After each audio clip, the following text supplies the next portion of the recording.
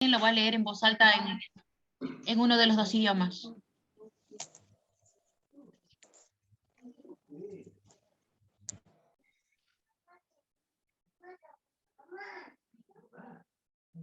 ¿Puede alguien leerlo?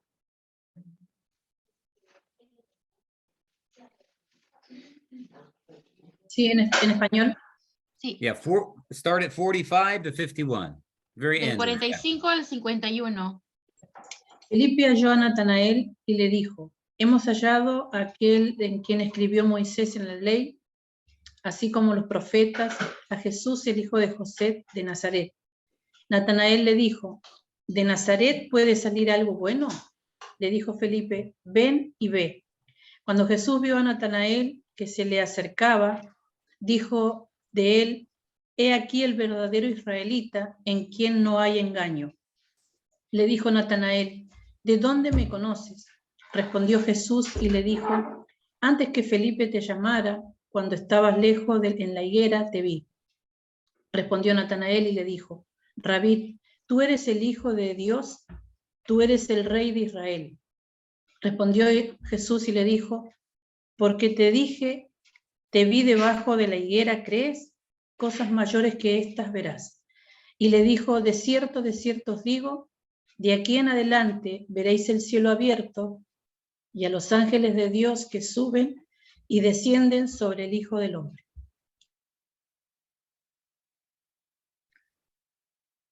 Okay, in the English version that I'm using, the New Living Translation, En la versión que yo tengo, la versión nueva viviente, I'm going to read verse 51.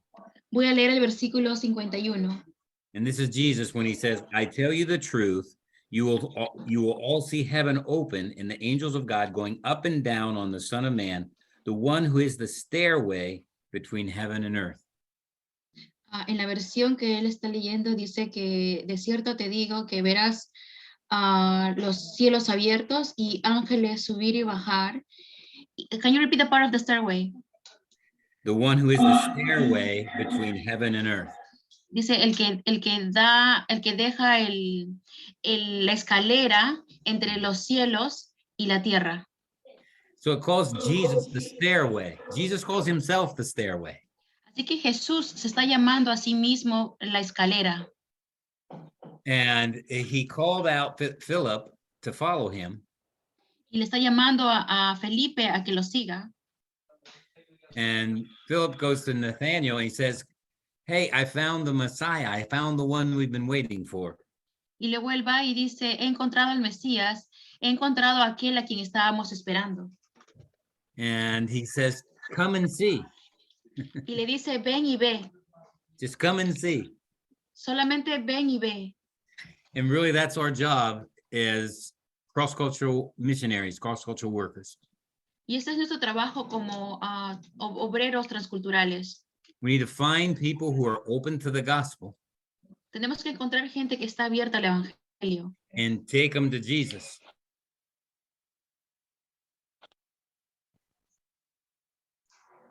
Hello? Hola. Did we lose Dalia? Hola, ¿me escuchas? Yeah, okay. We need to find people who need to know Jesus and just take them to Jesus. Tenemos que encontrar a gente que necesita a Jesús y llevarlos hacia Jesús. That's our job. Ese es nuestro trabajo. And take them to the one who is the stairway between earth and heaven. Llevarle a quien es la escalera entre los cielos y la tierra. So when we talk about building bridges, I just thought that verse was neat because Jesus himself calls himself, I'm the stairway. Cuando hablamos de construir estos puentes, me hizo pensar en Jesús, porque Jesús es esta escalera. Our job to learn a new language, to understand another culture, to delve into another worldview and explain the gospel clearly. Nuestro trabajo de ir a otra cultura, hablar el idioma y compartir el evangelio de forma clara. Is really difficult. Es muy difícil. But the essential is we just need to take them to Jesus, and Jesus will reveal to them who he is, and he'll take them to heaven. Así que nuestro trabajo es llevarlos a Jesús y Jesús se va a revelar a ellos quién es Él. We serve an amazing, wonderful Lord, and he will build his church. Our job is just to bring people to him. He will cause them to have understanding, and he's the one that does the work in their heart that changes them. Así que nuestro trabajo es llevar a la gente a Jesús y Jesús es quien se va a revelar a ellos. Jesús es quien les da el entendimiento de quién es Él.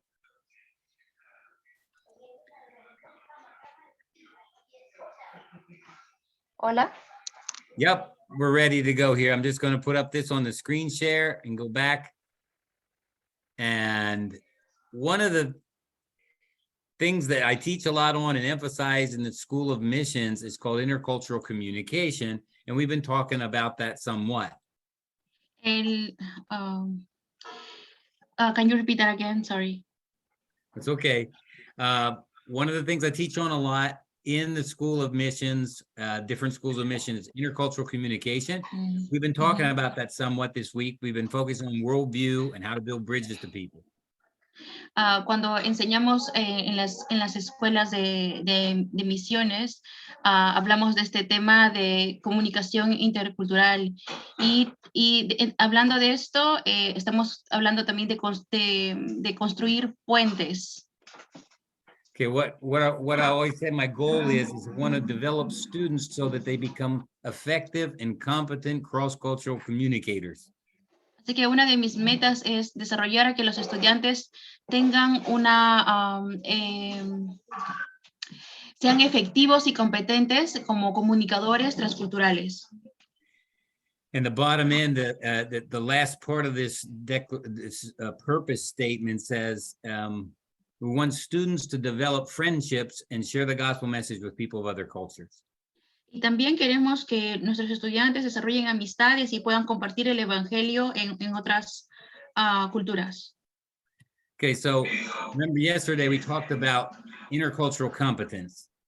¿Se acuerdan que ayer hablamos acerca de la competencia intercultural? Could somebody read this line? It stands out here.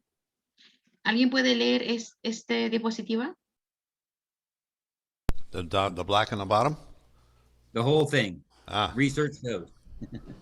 Research shows that intercultural competence cannot be acquired in a short space of time, moving something out of the way, or in one module. It is not a naturally occurring phenomena, but a lifelong process which needs to be addressed explicitly in learning and teaching and staff development. Critical reflection becomes a powerful tool on the journey towards achieving it. What is intercultural competence? That's the topic, I guess. Yep, that's just giving credit to the person who wrote that. Yeah. In Spanish?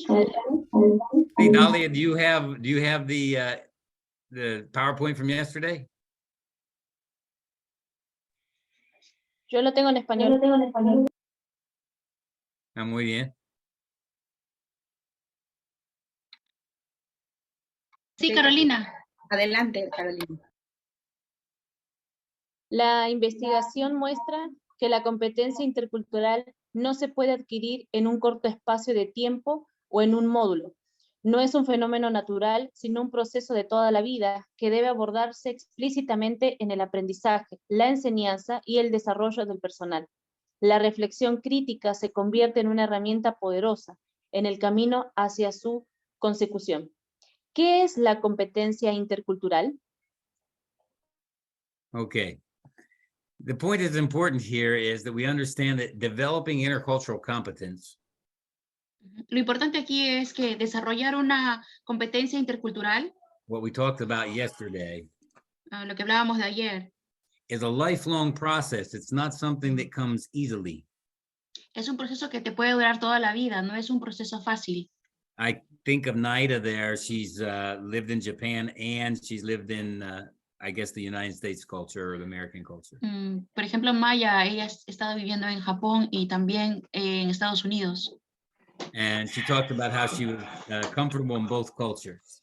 Y ella compartía cómo ella se siente cómoda en ambas culturas. And that's because she spent great amount of time in both of them, and it's a lifelong process to absorb and become, have really good intercultural competence. Y es porque ella ha pasado un buen tiempo en ambas culturas, porque toma tiempo poder ser competente en dos culturas. So it's a matter of just dedicating your time to develop those qualities and have someone around you who can help give you feedback. Así que toma tiempo poder desarrollar esta competencia intercultural, y también es bueno tener a alguien que te ayude, que puedas, con quien puedas ver lo que vas aprendiendo. Am I being empathetic? Am I listening enough? Or am I jumping in and giving my opinion too soon or making a judgment too soon? Estoy siendo empatético, estoy escuchando, o estoy juzgando, o estoy siendo pronto a emitir juicio. So you can have someone close to you who's with you, works with you, maybe a member of your team, and you can help one another really keep each other accountable. Así que puedes tener a alguien cercano a ti, quizás alguien que está dentro de tu equipo, para que ambos puedan ayudarse y puedan rendir cuentas en cómo están haciendo con esto. Okay, this slide here talks about 4 developmental phases of intercultural competence. Así que aquí en esta diapositiva habla de 4 fases de desarrollo para competencia intercultural. The first stage is we're unconscious of our incompetence. Lo primero es que somos inconscientes de nuestra incompetencia. We don't recognize what's going on, and we don't even realize that we don't know what's going on. Nosotros no sabemos qué está pasando, y ni siquiera podemos reconocer que no sabemos qué es lo que está pasando. The second stage, we move forward into what is consciously incompetent. We realize that we have a lot of weakness, that we don't understand what's happening, but at least we accept the fact that we don't understand that. El segundo grado es cuando ya somos conocedor de la incompetencia. O sea, acá ya sabemos que no sabemos, y ya estamos reconociendo nuestras debilidades. We recognize that the 5-year-old kid and the child in the culture, our new culture, knows a lot more about how to act than we do. Ahí podemos reconocer que ese niño de 5 años de esta nueva cultura en la que estamos, él sabe mucho más de cultura que yo. And we move into the third phase, which is a conscious competence. Y luego nos vamos al tercer nivel, que es ya conocedor de la competencia. And that's when we have to think about things a lot. It doesn't come naturally. We have to really process what we're supposed to do. Y aquí es donde nosotros pensamos mucho, tenemos que procesar qué es lo que tenemos que hacer acá, cómo tenemos que actuar en esta situación. We have to think about it. Tenemos que pensarlo. How should I greet this person? Is this person older than me or younger than me? What should I do? What's the right thing to do? We have to think and process a lot. Por ejemplo, ¿cómo debería saludar a esta persona? ¿Es esta persona más joven o más vieja que yo? ¿Y cómo debería saludarlo? Entonces ahí tenemos mucho pensamiento para hacer antes de actuar. But the fourth stage is where we want to get, where we're unconsciously competent. Y el cuarto nivel es a donde nosotros queremos llegar, que es el que es competente, inconscientemente competente. And so I say, like the missionary, being a woman here in this case, she acts in an appropriate way without the need to think about things. She has become a spontaneous intercultural communicator. Por ejemplo, en este caso, esta mujer, ella actúa en forma apropiada, sin necesidad de pensar, simplemente de manera espontánea, como una comunicadora intercultural. Okay, that's our goal, to get to the point where we just act just like one of the local people in that new culture. Y esto es donde nosotros queremos llegar, que nosotros naturalmente nos conduzcamos en la nueva cultura como alguien más de la cultura.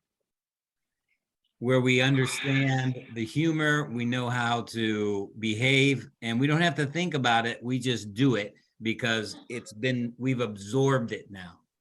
Donde Donde podemos entender hasta el sentido del humor, y no tenemos que estar pensando o razonando, sino que ya lo tenemos incorporado. Okay, here's just 10 things I put up there that I found this slide and I thought it was really good. 10 strategies for effective cross-cultural communication or to help us develop greater intercultural competency. Aquí tengo esto que es 10 estrategias para comunicación intercultural exitosa. So if we go around this ring, we've talked somewhat about all these things. Hemos hablado de estas cosas. Are there any things on that? Well, let's read them because we got Spanish and English here going on. So let's just read them first in English and then in Spanish. Just name Vamos a them. leerlo primero en inglés, después en español.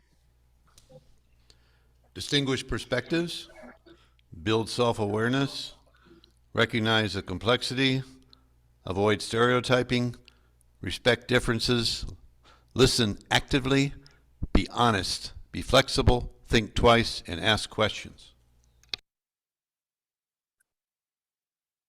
Go ahead in Spanish. Hacer preguntas, distinguir perspectivas, desarrollar conciencia de ti mismo, reconocer complejidad, evitar estereotipos, respetar diferencias, escuchar activamente, ser honesto, ser flexible, pensar 2 veces. Okay. I'm going to pick one out. Think Voy a twice. elegir uno. Pensar 2 veces. What do you think that means? That we're to take time to think twice? ¿Qué creen que esto significa? Tomar el tiempo para pensar 2 veces. We're with another person in intercultural communication and we're trying to understand them and we think we understand what's going on. Estamos con otra persona, estamos en una comunicación intercultural y le escuchamos y pensamos que sabemos lo que estamos escuchando. Carpenters have a good one in this one. They say measure twice, cut second, or cut last. Cut once. Got once. Yeah, same idea, you know. Think about it and think again. Get a second pair of eyes, maybe, or a second pair of another opinion before you act. Your own, maybe. William dice que los carpinteros miden 2 veces antes de cortar. Quizás necesitan una segunda verificación antes de cortar. It could be like how we process language too. Excuse me, I had a phone call there coming in. I had to at least That's look at it. okay. Sorry about that. That's my mother. She's 91 years old, and my wife and I have to take care of her, so I get a lot of calls. Oh, good. I was saying it could be like learning like when you're in another culture and you don't speak in, like, Spanish is not my first language. English is my first language. Cuando estás en otra cultura, por ejemplo, yo que el español no es mi idioma primario, sino es el inglés. So a lot of times, well, when I was learning, I would process what they were saying in English and then translate it to Spanish. Así que muchas veces yo estaba procesando en inglés y luego lo traducía al español. And then translate it to Spanish. Y de ahí lo traducía al español. And so maybe in thinking twice, I'm thinking of it in my way first, in my language, my perspective. Okay. Así que esto de pensar 2 veces es porque yo estoy primeramente pensando en mis formas, en mi idioma. Uh-huh. And then stop and think, okay, now how would they think through this? Or let me think through their perspective. Or my knowledge of their perspective. Y luego estoy pensando, okay, ¿y cómo ellos entenderían esto en su perspectiva de ellos? O en lo que yo pienso o conozco que es su perspectiva de ellos. Okay, thank you, Miriam. That's really good processing there. Gracias, es un buen punto. So think twice. The saying that, I don't know if it was translated by Dolly or not, that William had was, A carpenter has a saying. Por ejemplo, esto de pensar dos veces, William estaba diciendo este dicho del carpintero. We measure twice and we cut once.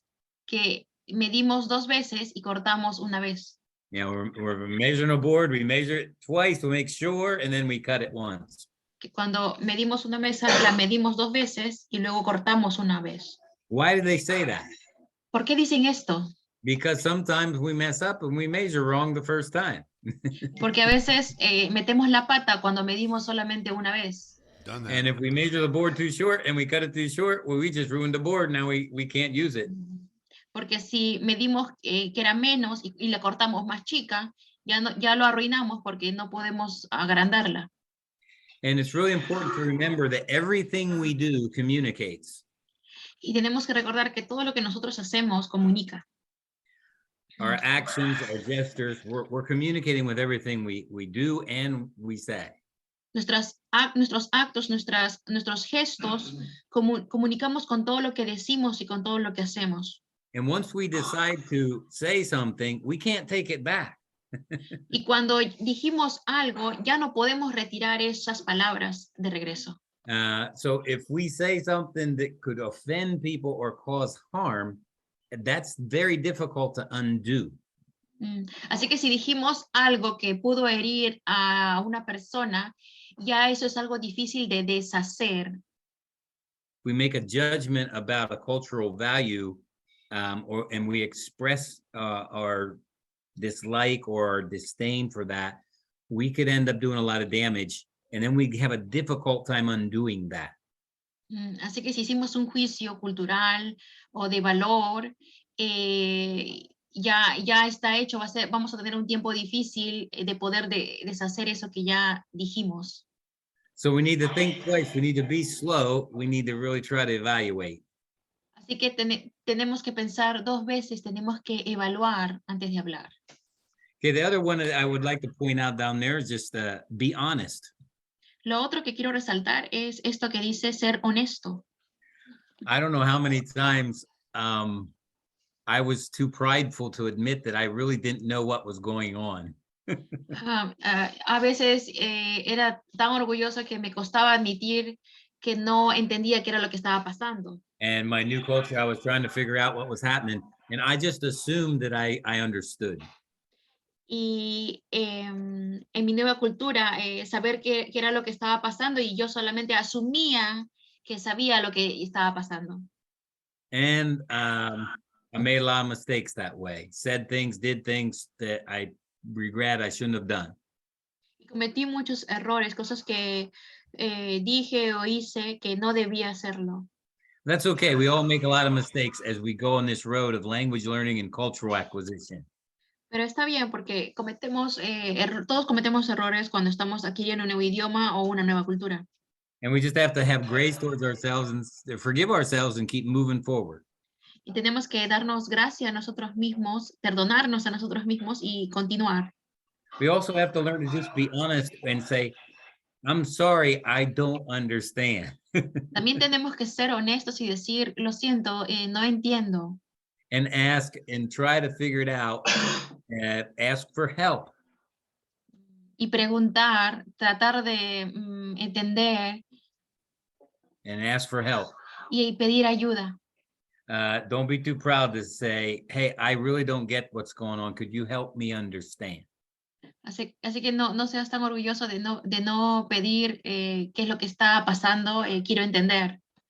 So just some simple things like that can help us develop and grow before we make a lot of mistakes and grow in our ability to communicate in the other culture. Así que nosotros podemos desarrollarnos y aprender para poder desarrollar una habilidad intercultural cuando nos comunicamos con otras culturas. Okay, I'd like us to do a little exercise here. Quisiera que hagamos un ejercicio aquí. So we'll break up in groups for a few minutes. I want you to identify an intercultural encounter in which you did not communicate as competently as you would have liked. En esta primera pregunta es que identifica un encuentro intercultural donde no te comunicaste competentemente como te hubiese gustado? What could have you done differently to make your meeting better? ¿Qué hubieras podido hacer de forma diferente para que tu encuentro hubiese sido mejor? I know all of us have had different contacts with people from different cultures. So you try to think about an example and talk about that. Sé que nosotros hemos estado en diferentes contextos con gente de otras culturas, así que tomen un tiempo para poder pensar en esto. And that'd be the most important. And if you can just with that answer the second question, what can you do to cultivate and grow in your level of intercultural competence? Y con eso vas a poder responder también lo segundo, que es, ¿qué puedes hacer para cultivar y crecer en tu nivel de competencia intercultural? Okay. So we're going to break up in groups if we can, Vilma. If you can take a picture of that screenshot. Pueden sacarle foto, vamos a ir en grupos pequeños. And I want you to process this just for a minute. Y procesen esto por un minuto. I can talk a whole bunch, and you probably will learn more by talking and processing things in your group than anything I say. So I just give you some ideas, and I want you to work on this. Think about a time when you communicated either well or poorly. Así que piensen en un momento donde ustedes han comunicado pobremente. Or when you did it well. O cuando lo hicieron bien. But I want you to talk about what do you think happened and how could have you done things differently to make it better. Pero quiero que piensen qué pasó, qué fue lo que pasó y qué hubiesen podido hacer para haber hecho mejor. In light of what we've been talking about these past few days. En la luz de lo que hemos estado compartiendo todos estos días. Okay, Vilma, can you divide us up in our groups? Vilma. Okay, I'm here. Just a minute.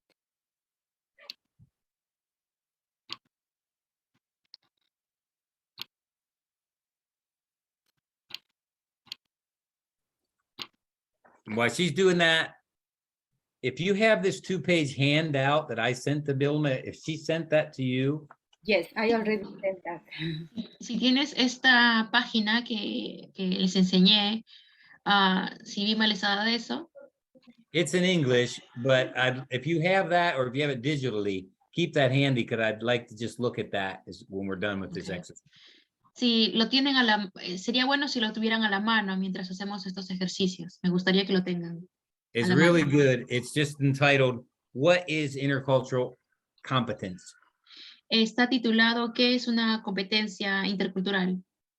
It has, just as a resumen, what's that? Just as a summary of what we're talking about.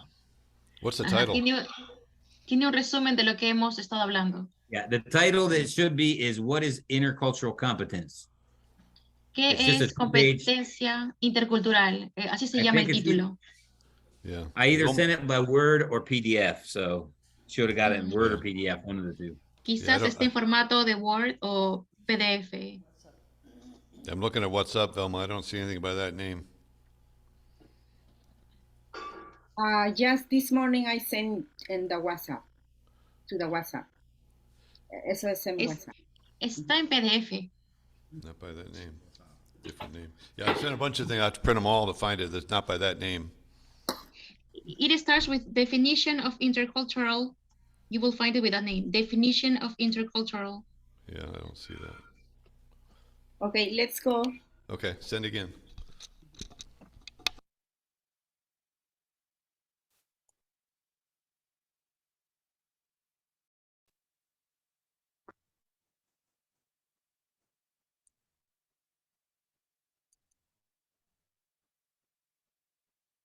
Kevin, this is Sosimo Barrega. Hi. Hello. Venezuela is monolingual like me, but he's Spanish and I'm English, so we may have translation needs. Muy bien. ¿Eres de Venezuela? Sí, yes. Do you speak Qué bueno. Yeah, oh, he's Spanish. Sí, sí, hablo español. ¿Y cuánto tiempo vives en Perú? Voy para 5 años ya. Qué bueno. Sí, ha sido una bendición trabajar acá y también ha sido enriquecer, ¿no? La parte de nuestro servicio al Señor y estar hoy acá con ustedes es una bendición, porque estoy escuchando, Amén. está enseñando, entonces es bueno, es una bendición. Ok, gracias. ¿Eres misionero que trabajas en Perú así, enviado de Venezuela o pastoreando o qué? Estoy como pastor misionero, realmente apoyando acá la obra también de los hermanos con todas las actividades que tenemos regularmente acá. Entonces, estamos para servir. Soy un siervo del Señor, simplemente. Amén. ¿Y su nombre? Sósimo Barriga. Barriga, Barriga, like socio. tummy, belly. Sósimo I Barriga. actually know other people with that. Conozco otra gente con ese mismo apellido, entonces no es tan Qué bueno, qué inusual. bueno. Nos estamos expandiendo entonces. Un placer, Ok, hermano. Que Dios le bendiga. Gracias. Gracias por su gusto de servicio. conocerle. Amén. Gracias, hermano. Okay, we got Victor, we got William, and I don't know, am I getting her name wrong? Is it Naida or Maya? Maya is here. She's laying down. She's got a headache, but she's listening. Oh, okay. My Well, tell wife her I'm Lily sorry. is Lily's my wife. Yeah, I was gonna say, your wife disappeared. Now she's back. Yeah, Okay. she does that a lot. She's getting a blanket for Maya. Yeah, I could tell you all kinds of stories about how I had lots of embarrassing moments in my intercultural communication in my 35 years. So you guys. Uh-oh. Oh, we lost him. He must have. Somebody didn't like what he said. He said he warned. Cut him out. He warned. He warned us. Somebody's getting even. No, he warned us that his battery went out. Oh, his battery went out. Okay. Well, I'll go fast and get out He of the said way. that might happen. Yeah. Okay. My intercultural problems are language, obviously. I need to keep working on it. But I remember one incident in Thailand, though. Lily, you gonna translate for nobody else? Oh, nobody does all like that? No. Maya, you married her? No. Okay. We're all English. Oh, minus No, Sosimo. Sosimo Sorry. joined us, yeah. Perdón, Sosimo. No, pero, So the one incident I can think of intercultural was in Thailand. You are not supposed to pat children on the head. It does something to the spirit in them or something, or keeps the bad spirits in or something. So you gonna translate? Look, Así. una. Go ahead, Marian. Go ahead. Sí, una de las cosas de mi experiencia estaba en Tailandia porque no sabía que en Tailandia no puede como tocar la cabeza de los niños y estaba tocando su cabeza porque la cosa que crecer ellos y creer ellos es que eso está como afectando su espíritu. Yeah, so I got corrected once on that. So that was my one intercultural boo-boo on a little child. So.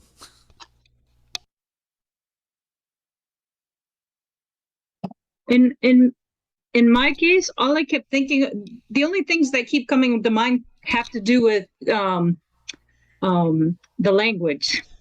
That I've had a lot of bad experiences saying the wrong thing and not even realizing what I was saying. And those were a lot of my experiences. But I do remember one situation specifically. It was at the end of my theory part of my DTS, and I hardly spoke any Spanish. And something had happened. Yep, go ahead. Ya, ok. Yep. Entonces, yo de todo lo que me acuerdo era experiencias con la idioma que me complicó. Así que uno que me trae a la mente es cuando yo estaba terminó mi ED. And something happened that on the last day that of the theory. El último día de la parte teórico. We had an event in the city, and we were going to come back, and we usually como hitchhike. Sí, cuando, bueno, tuvimos un evento en la ciudad y cuando terminamos, volvemos y no sé si cómo se dice en Venezuela, pero cuando se levanta el dedo al costado de la ruta para que alguien te levanta, hicimos eso.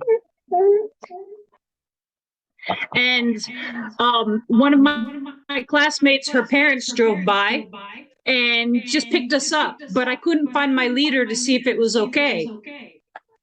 Entonces, ¿qué pasó? Que uno de los papás de mis compañeros de la EDE justo estaba pasando al costado de la ruta para llevarnos a la base.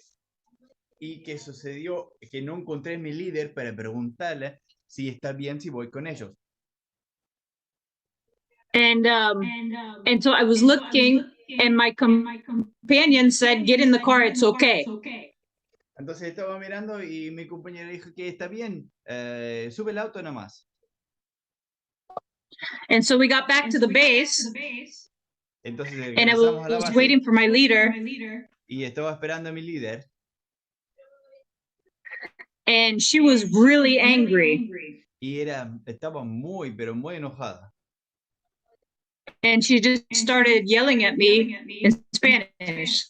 Y ella comenzaba a gritarme en español.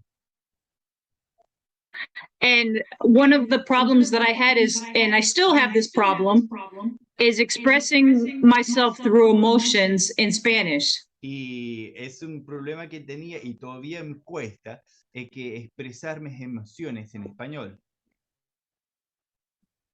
And I was trying to explain to her that I didn't know what to do, and I did look for her.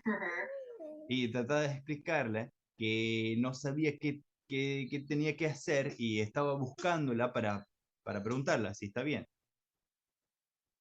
And she just told me basically to shut up, Y and that she didn't want to hear. Básicamente me dijo que tengo que quedar callado y solamente escucharla.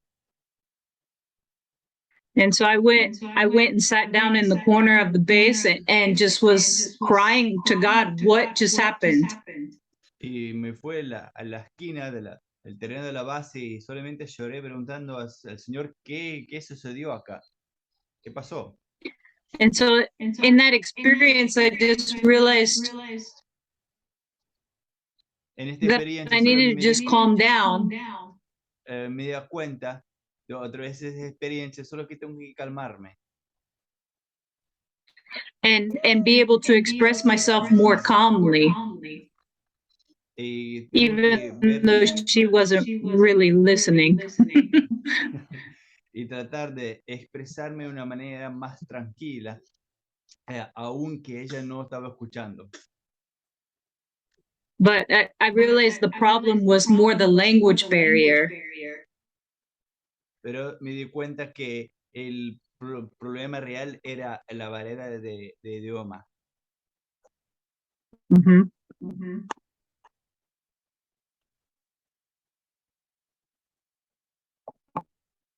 Okay, I also want to share. I can't really remember specific events. It doesn't come to mind. También quiero compartir y no recordar un evento específico. But what I remember is because I'm from South Africa. Pero yo recordaba porque soy de Sudáfrica. We have a lot of expressions and sayings in certain circumstances. Y tenemos muchos dichos específicos para circunstancias específicas. And here in South America, none of that makes sense. Y aquí en América del Sur no tiene sentido. So a lot of times I am really happy and excited expressing myself in a certain way about a certain situation, and the people were just looking at me like, what are you saying? Doesn't make sense.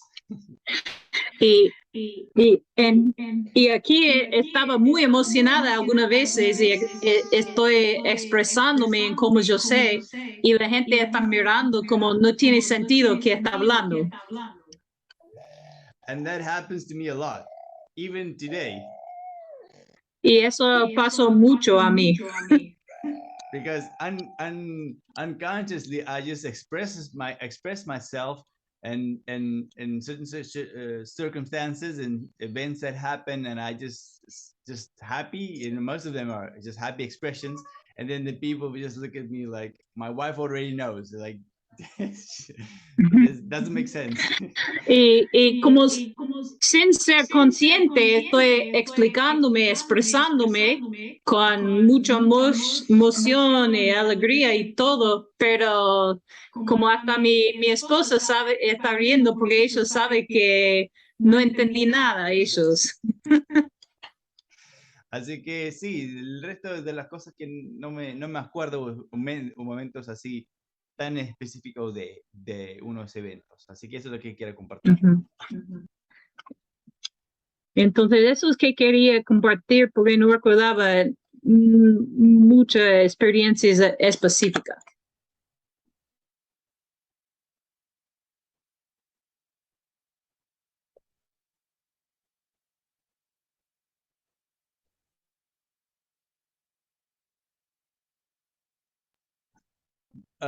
Hermana de Venezuela, ¿usted no tenía también circunstancias así interesantes con la cultura peruana?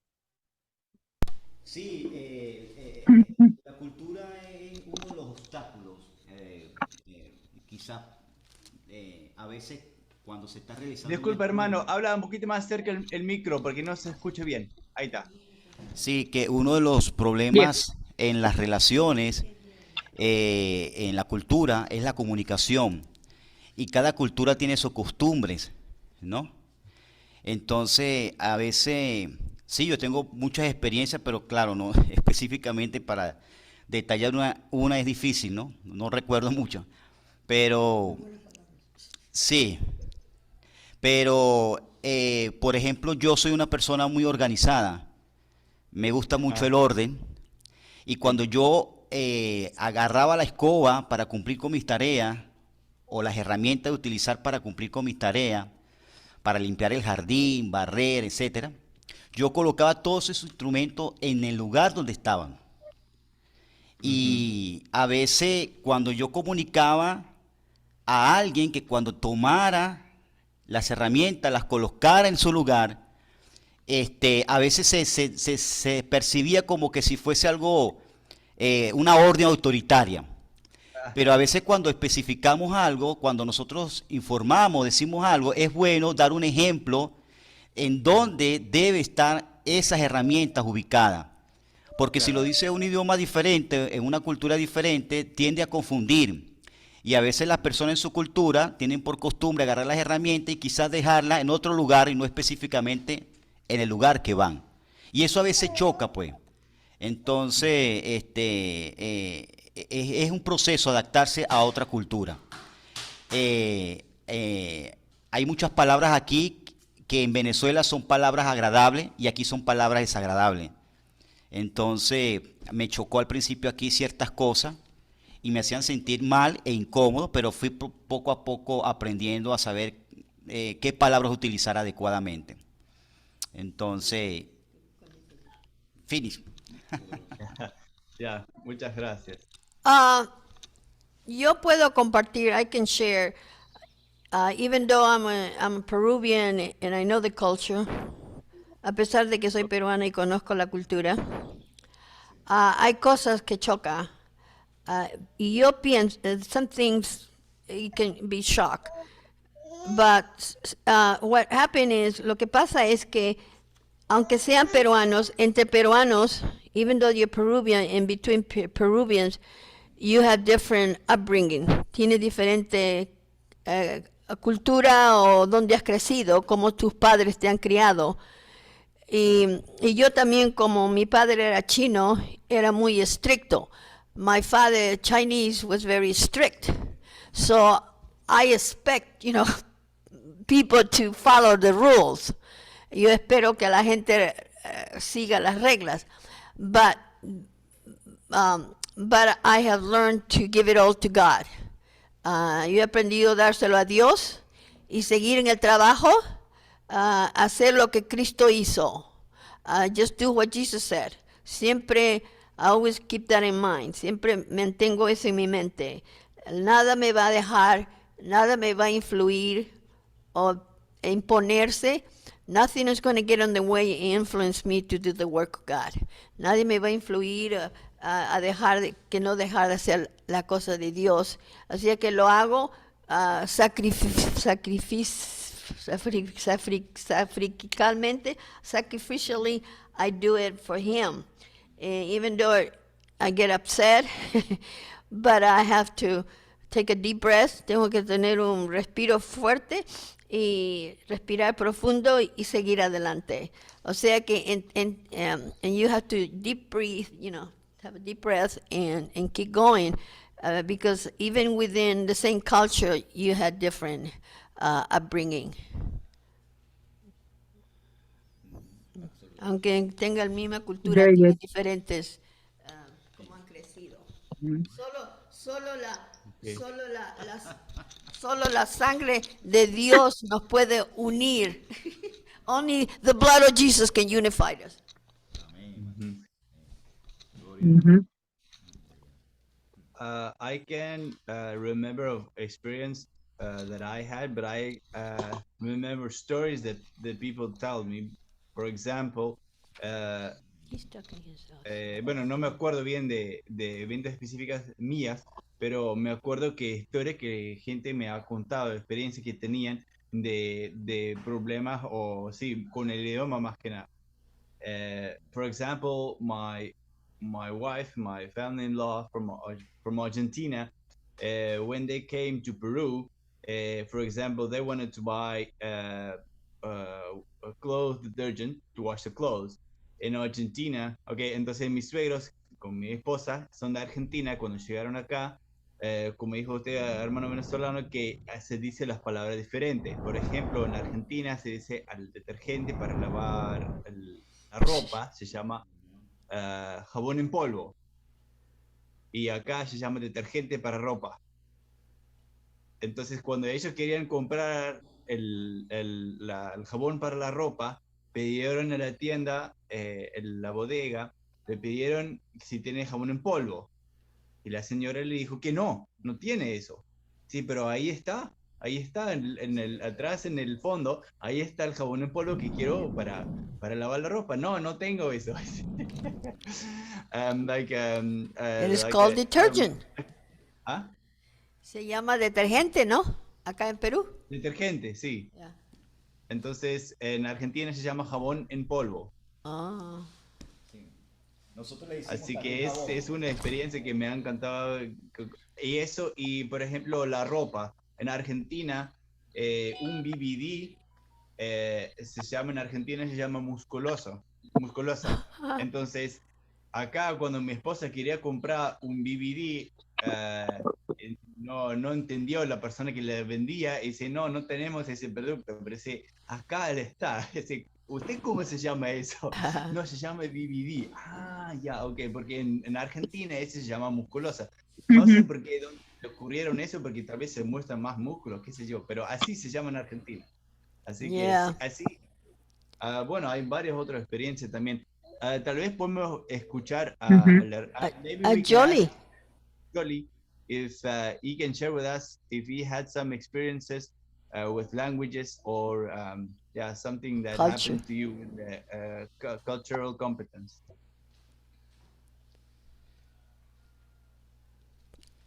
Your microphone, hermano Jolie. Okay, you can hear me now. You hear me? Okay, thank you. I had an experience some years ago. I went to the nation of Ghana. Ghana is one of the nations in Africa that was colonized by the British. They got their independence in 1957 from the British. I happened to travel to that country for missionary work. It was a short-term missions.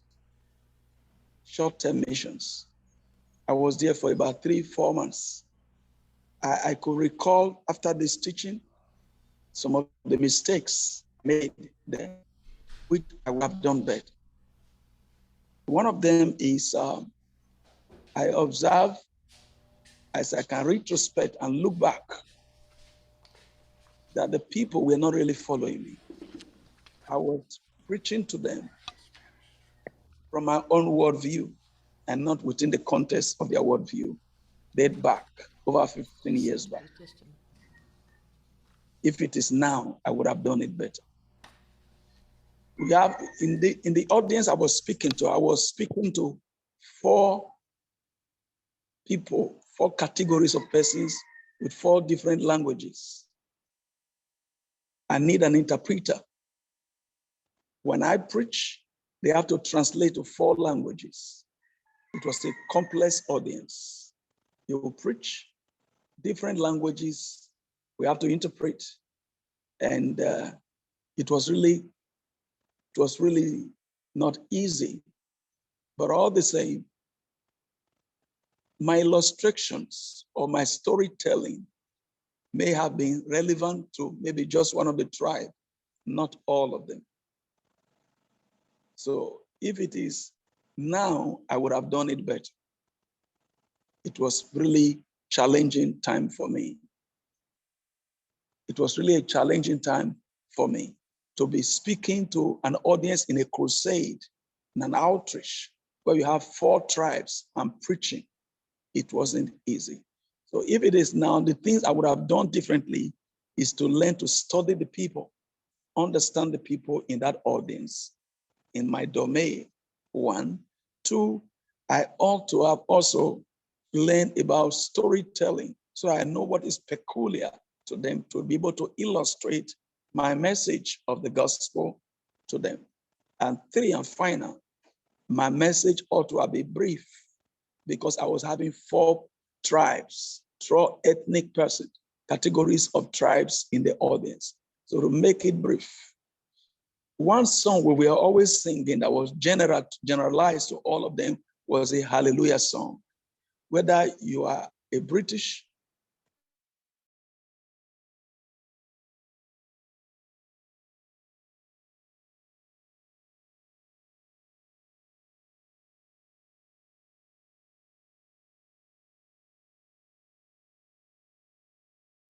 Jolly. Kevin's back. Where's Jolly? I got beamed out. Yeah, I saw that. We stopped Jolly. We lost out. We interrupted Jolly in our group. There he somewhere. He's coming. Okay. Rude. Jolly was telling a story. He got cut off in the middle. Sorry, Jolly. Sorry, Jolly. Yeah. Wherever he is. I'm pretty sure that everyone has had different experiences and stories to tell about intercultural communication and how it went not as well as we'd hoped. Sé que muchos hemos tenido experiencias con comunicación intercultural donde no nos ha ido como hubiésemos querido. Thankfully, most of them are just funny things and we can laugh about it. Gracias, pero lo bueno es que podemos reírnos acerca de eso ahora. Most of the time, there were things that they're funny, we can laugh about. De algunas cosas que fueron graciosas, quizás ya nos podemos reír ahora. But sometimes we can do things that will end up offending and causing a lot of harm. Pero algunas veces podemos hacer cosas que ofenden y podemos causar mucho daño. And I can think of examples when I had that happen to me as well. Y también puedo pensar en ejemplos cuando eso me ha pasado a mí también. And we just have to extend grace to ourselves. Así que ahí tenemos que darnos gracia a nosotros mismos. Because you're never going to become that pickled egg and absorb another culture if you're not willing to get out there and make mistakes. Porque no vas a ser como el ejemplo, ese huevo no encebichado, ese huevo encurtido, si si no nos permitimos cometer errores. You have to go out there and give it a try. Tenemos que salir e intentar. You want to learn language, you're going to have to go ahead and speak and get used to the fact that people will be laughing at your accent, the way you pronounce, the way you say things. Así que cuando vas a aprender un nuevo idioma tienes que estar dispuesto a que, aunque la gente se ríe de tu acento. So extend grace to yourself. Know that most of the time people are willing to forgive you. Así que extiéndete gracia a ti mismo y entiende que las personas están dispuestas a perdonarte. Normally, a people group will extend grace to a newcomer or an outsider, especially if you show, I'm really trying to do my best to learn. Normalmente un grupo étnico va a darte gracia, especialmente si ellos ven que tú estás intentando aprender. They'll have patience with you for at least the first couple of years. Ellos van a tener paciencia contigo por lo menos los 2 primeros años. But then there'll come a point when they're going to expect you to have learned the rules and understand how to play the game. Pero luego va a haber un tiempo donde ellos van a tener la expectativa de que tú ya entiendes las reglas del juego. So when you get to that point, you're going to have to be able to have developed enough that you can play the game well. Así que cuando llegues a ese punto, ustedes tienen que haberse desarrollado para poder jugar bien con las reglas de ese nuevo juego. Okay, I'm going to share the screen if I can. Let me look for what I'm looking for here.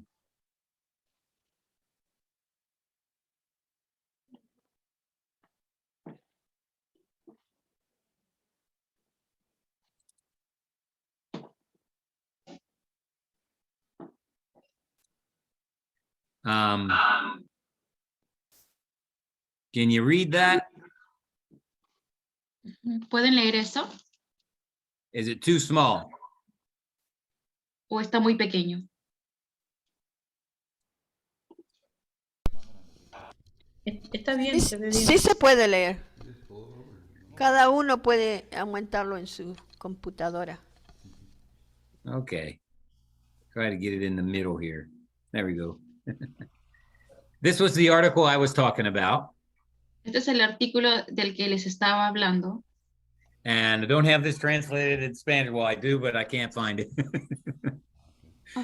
No lo tengo en español. But I thought we would look at it real quickly. Pero vamos a verlo rápidamente. So when we talk about intercultural competence, we're talking about 3 things here. They focus on knowledge, skills, and attitudes. Cuando hablamos de competencia intercultural, estamos hablando de 3 elementos: el conocimiento, las habilidades y las actitudes. And we talk about traits that are good to emulate and ones that we want to avoid. Y hablábamos de las cosas, de las cualidades que son buenas de imitar y las cualidades que no eran buenas. But I just want to mention these 3 just real briefly so we can take a look at. First, we want to talk about the skills. Así que vamos a ver primeramente las habilidades.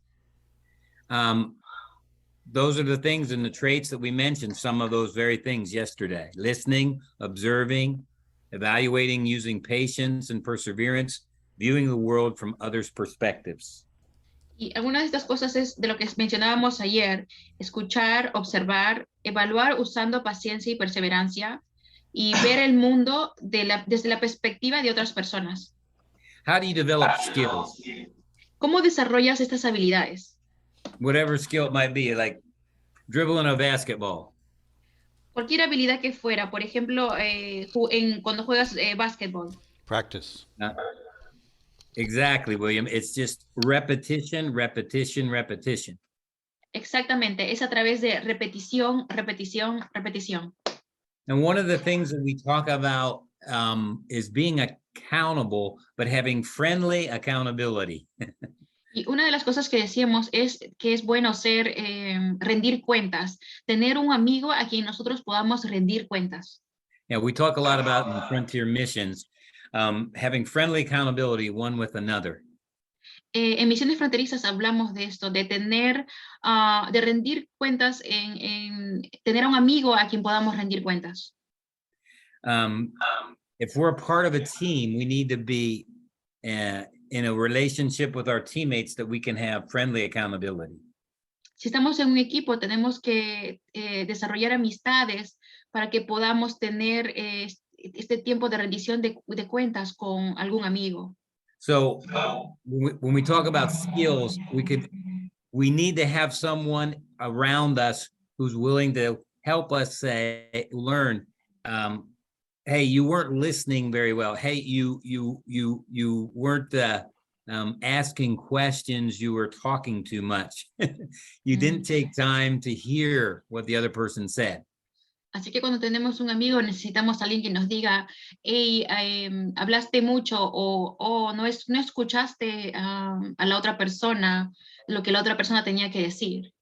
And you need to be that person for them. Y tú necesitas ser ese amigo que le dice esto para ellos. So if we're going to become better at understanding another culture, better at communicating, and we need to have people around us who will help us learn. Así que si queremos entender a esta otra cultura, necesitamos de otras personas para que nos ayuden a ver. Help us develop those skills. Para que nos ayuden a desarrollar estas habilidades. And attitudes, there's just a couple things mentioned there. Y en actitudes hay un par de cosas que menciona ahí. There's 4 highlighted. Can somebody read those? ¿Alguien puede leerlo? Respect, openness, curiosity, discovery. Okay, and then go ahead, William, and read the little definition with Okay. each one. Respect, valuing other cultures. Openness, withholding judgment. Curiosity, viewing difference as a learning opportunity. Discovery, tolerance for ambiguity. Respeto, valorar otras culturas. Apertura, no dar juicio. Curiosidad, ver las diferencias como una oportunidad para aprender. Y descubrir, tolerancia para la ambigüedad. Okay, sometimes we know that teenagers can get bad attitudes. A veces podemos ver que los adolescentes pueden tener una mala actitud. We all can sometimes have bad attitudes. A veces todos nosotros también podemos tener un momento de mala actitud. I don't think any of us would fall in the category say we don't have days when we have a bad attitude. Sorry, can you repeat that? All of us, I'm sure, have days when we have a bad attitude. Todos nosotros creo que hemos tenido días donde hemos tenido una mala actitud. And one of the things that parents can do is, hey, say to the teenager, hey, let's have an attitude check. Y algo que los padres pueden hacer es decir, hey, tengamos una prueba de actitud. Como un chequeo de actitud. Un chequeo de actitud. And what are we saying by that? ¿Y qué queremos decir con esto? Your attitude is not what it needs to be. Tu actitud no es donde debes estar. And so as a cross-cultural person, you're going to have days when you are tired, you're worn out, you're tired of all the stuff that's happening around you in the other culture, and you're going to have a bad attitude.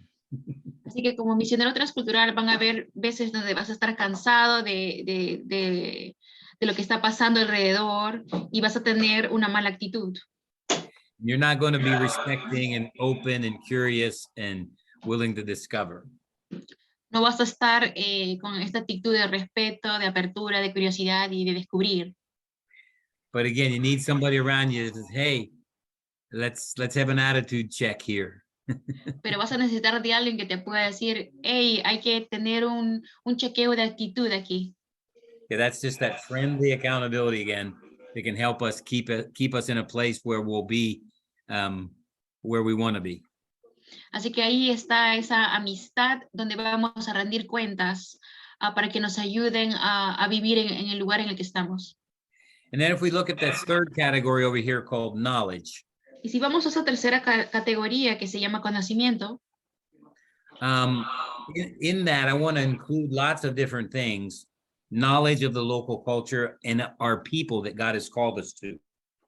así que ahí quiero incluir algunas cosas como conocimiento de la cultura y conocimiento de la gente a la cual Dios nos ha llamado.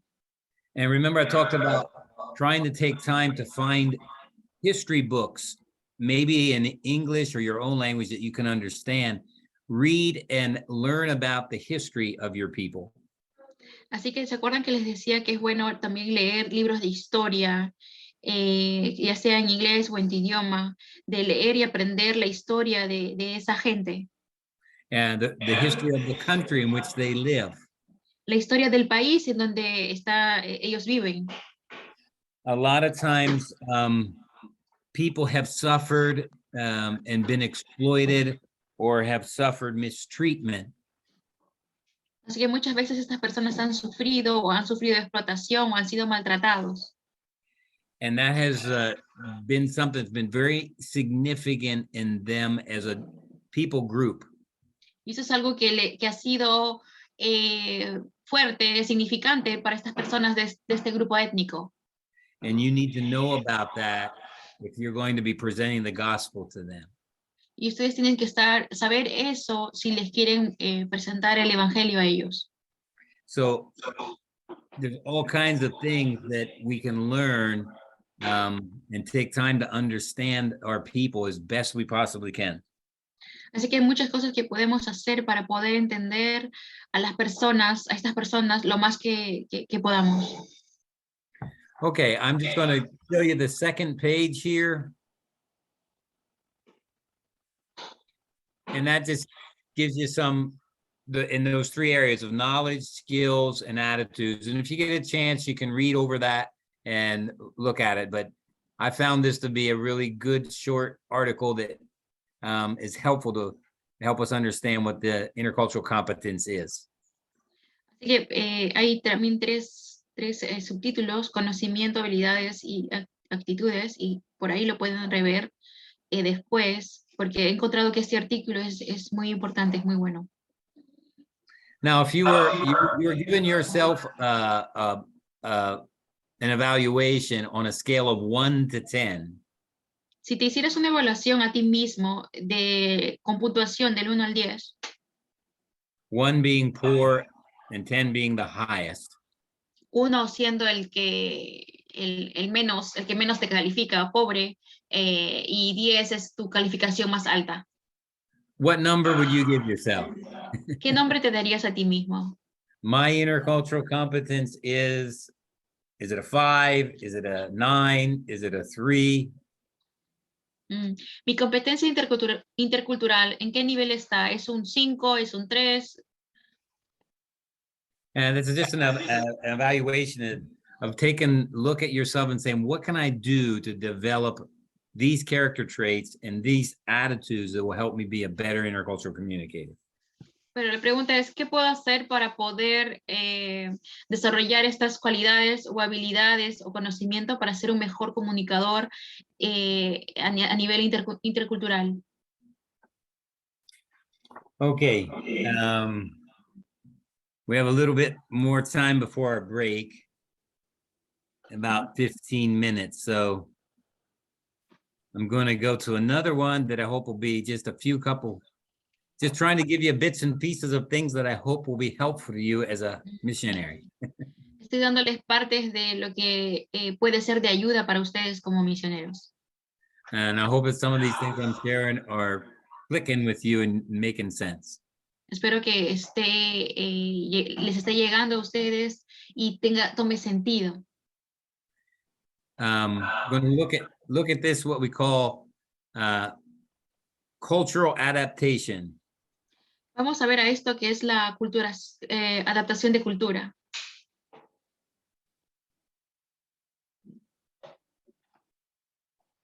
Okay. Is it up on everybody's screen? ¿Está en todas las pantallas? Sí. Okay. This is one of the things that we talk about, a real simple technique, and it's just something that we can all do, and it doesn't have to. Esto es algo que todos nosotros podemos hacer, es una técnica fácil. And you can just do it with your cell phone, take notes, or you can take a little notebook, but you become an observer, that you take notes so that you observe what you're watching. Puedes tomar apuntes en tu cuaderno o en tu teléfono, que esto lo puedes hacer cuando estás observando la nueva cultura. So it's called the field observation cycle. A esto llamamos el ciclo de observación de campo. Now you can do this in an airport while you're observing people. Esto lo puedes hacer en el aeropuerto cuando estás observando a las personas. You can do it in a bus station, you can do it in a restaurant, you can do it at a football match. Lo puedes hacer cuando vas en el bus, en el restaurante o en un partido de fútbol. You can be observing how parents interact with their children. Puedes ver cómo los padres interactúan con sus hijos. How husband and wife interact with each other. Cómo el esposo y la esposa interactúan. You can see how employers and employees interact with each other. Puedes ver cómo el empleador y los empleados interactúan entre ellos. So remember, the first period or time or season that you're in your new culture, you're a learner. Recuerda que tu primer periodo en la nueva cultura es eres un aprendiz. And so you take advantage to observe and as much as you possibly can. Así que tómate tiempo para observar lo más que puedas. Okay, so the first thing we look at is there's a cultural incident that takes place. Por ejemplo, lo primero, hay un incidente cultural que toma lugar. And that could be you're observing a father angrily speaking to one of his children. Y por ejemplo, puede ser tú observando a un padre hablando amargamente a su hijo. It's just something that you're observing taking place and you're wanting to know what happened. Es algo que simplemente estás observando y quieres saber qué fue lo que pasó. Okay, so we get to this thing, you presuppose, you say, well, it seems to me. Y luego tú supones y piensas, bueno, me parece that the son did a certain behavior, and that's what the father is angry about. Que el hijo tomó tiene cierto comportamiento y por eso el papá está molesto. And so you write down, what did he do? Tú escribes ahí qué fue lo que él hizo. And why did the father interpret that as being something that was, wrong and really upsetting? ¿Y por qué el papá interpretó esto como algo malo, algo que le molestó? Maybe the son went and he asked another adult a question. Quizás el niño fue y le preguntó a otro adulto una pregunta. And he didn't first come to the father and ask that question. Y él no fue primero a su padre y le hizo la pregunta del primero. And you're maybe there in a restaurant with this family, you're eating with them, and you observe this is happening, this is going on. Quizás tú vas a un restaurante y observas esto, y esto es lo que está pasando. So you make the assumption the son made a mistake, cultural mistake. He didn't go to his father first to ask. He went to another adult, or he asked the question to another person before he talked to his father.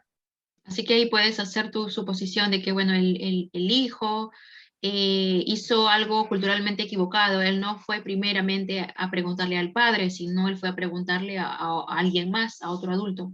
Now, you're not exactly sure if your assumption is right. You might be wrong. Ahora, tú no estás seguro que tu suposición es correcta porque puedes estar equivocado.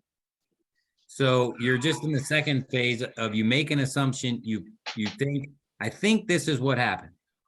Así que ahí estás en la segunda fase, donde haces una suposición y es lo que tú crees que pudo estar pasando. So you go to the third phase, which is validation.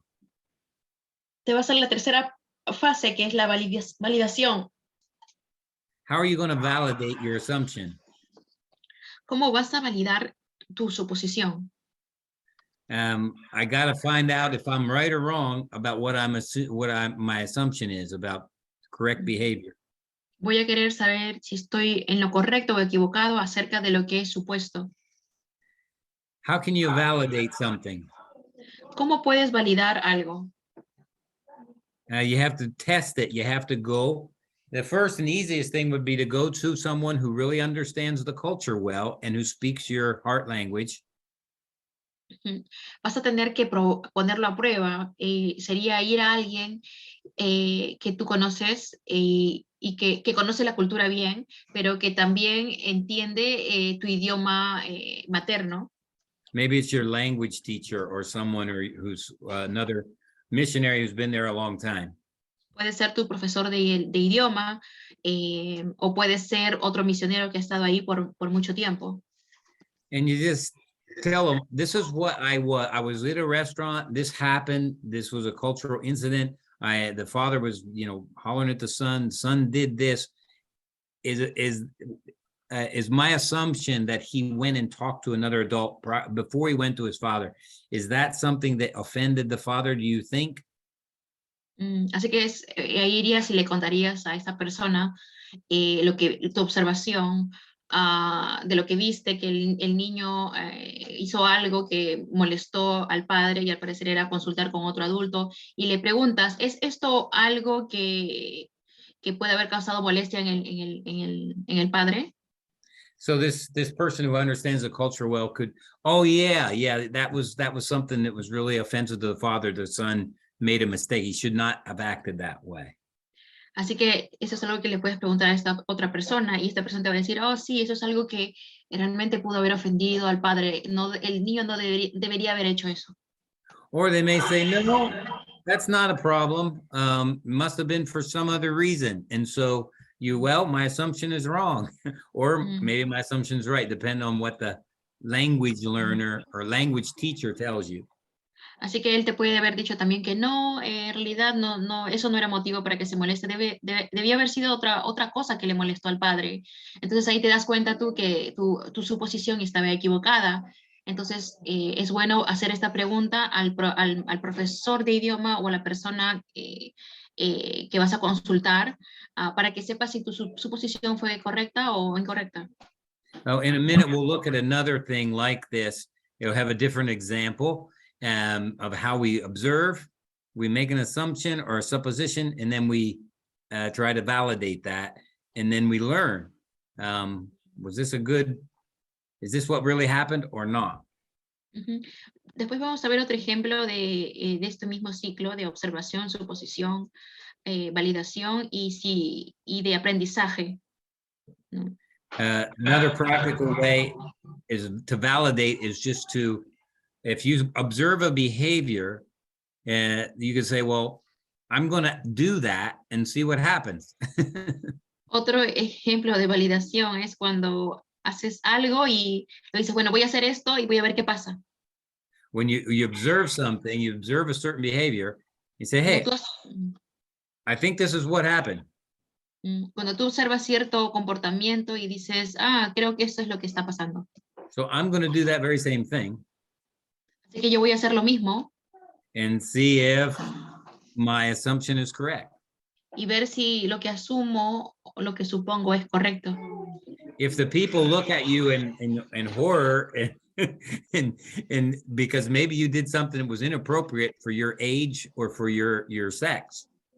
Así que si la gente te mira en horror, quizás sea que has hecho algo inapropiado para tu edad o para tu sexo o whether you're male or female, and maybe you made a mistake, and then you'll know, hey, I can't do that. That's a wrong behavior. Así que te das cuenta ahí, no debería haber hecho esto, era un comportamiento equivocado.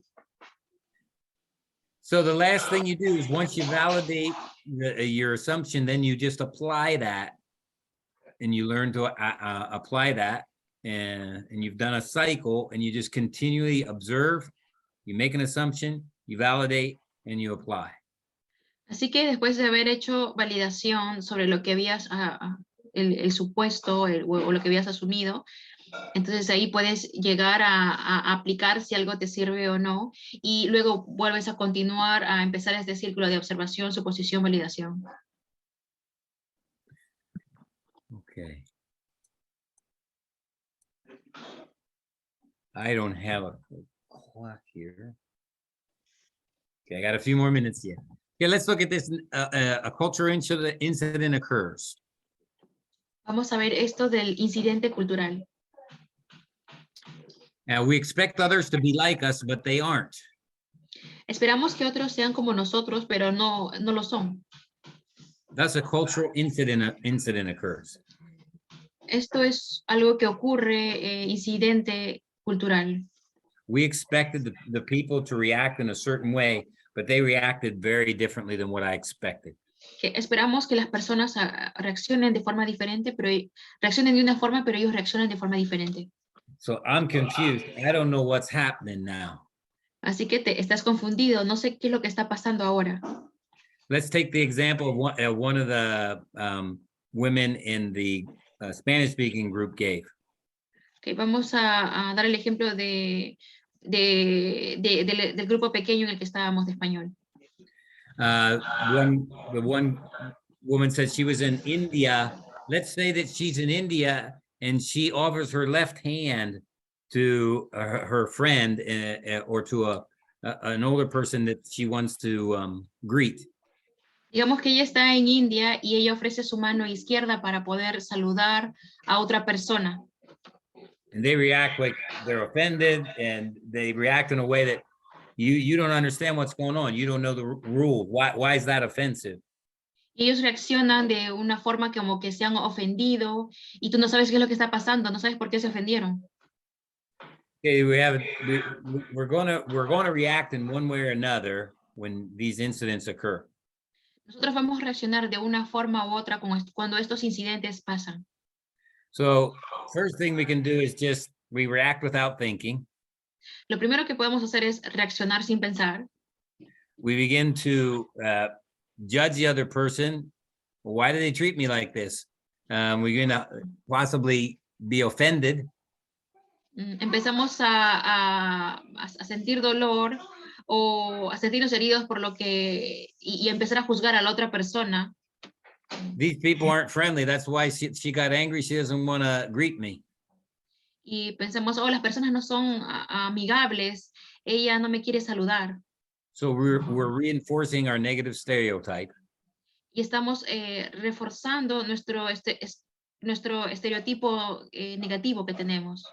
So we decide to withdraw. Así que decidimos apartarnos, retirarnos. Or we can become angry. O quizás nos podemos molestar, amargarnos. So that would be a possible way that we would react. Así que estas pueden ser formas posibles de cómo podemos reaccionar. So this could be applied to every type of incident that occurs. Esto se puede aplicar en cualquier incidente que ocurra. I can think of all kinds of times when I interpreted things wrong and I began to develop a bad attitude towards someone. Yo puedo pensar en las veces donde interpreté algo equivocadamente y empecé a desarrollar una actitud equivocada con esa persona. Or a negative attitude towards that person. O una actitud negativa con esa persona. And I was just reacting in a wrong way. Y estaba simplemente reaccionando de manera equivocada. Okay, so the other thing we can do is we become aware of our reaction.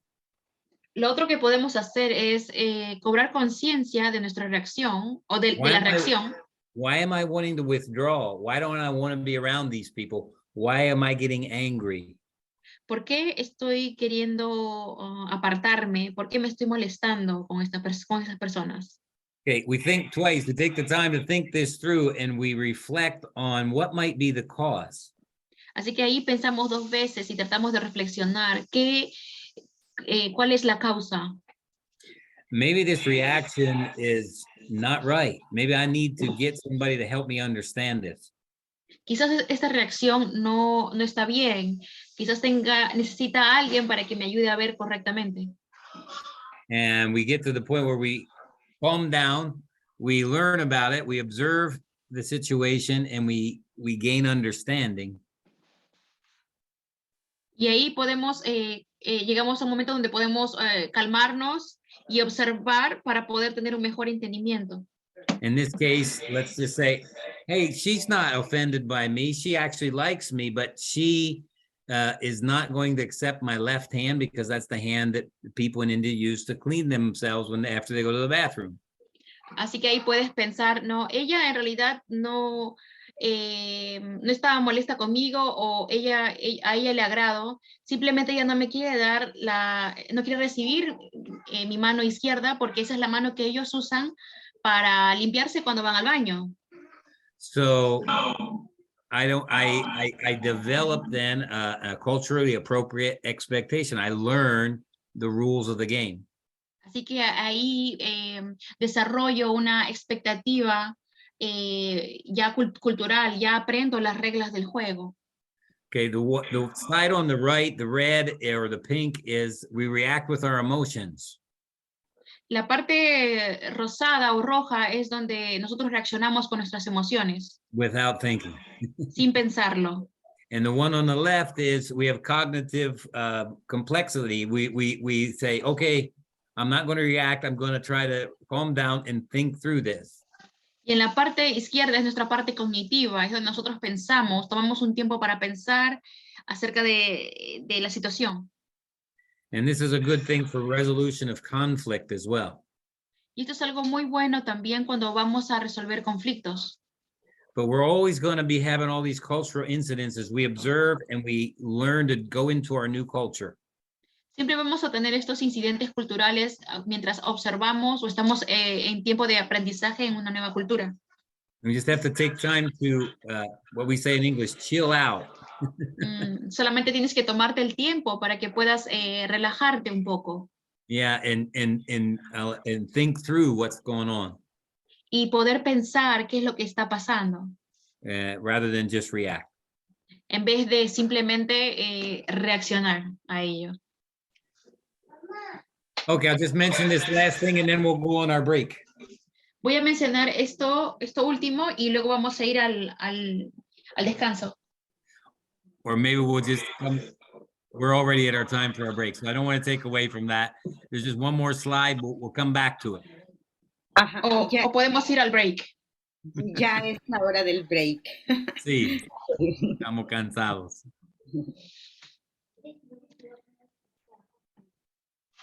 Listo. Okay.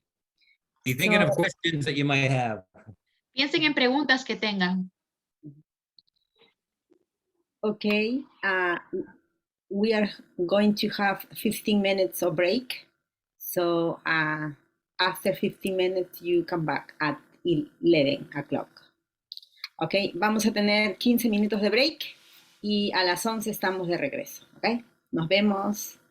Interesante la... Son bienvenidos, pueden quedarse a escuchar, si desean.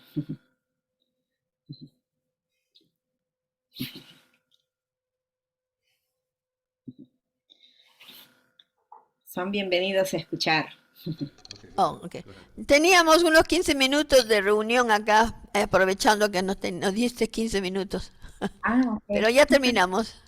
Ok, pero son bienvenidos a que se queden para que escuchen. Bueno, sí, ya saben, ya saben. Ok. Bendiciones. Okay. Adelante, Kevin.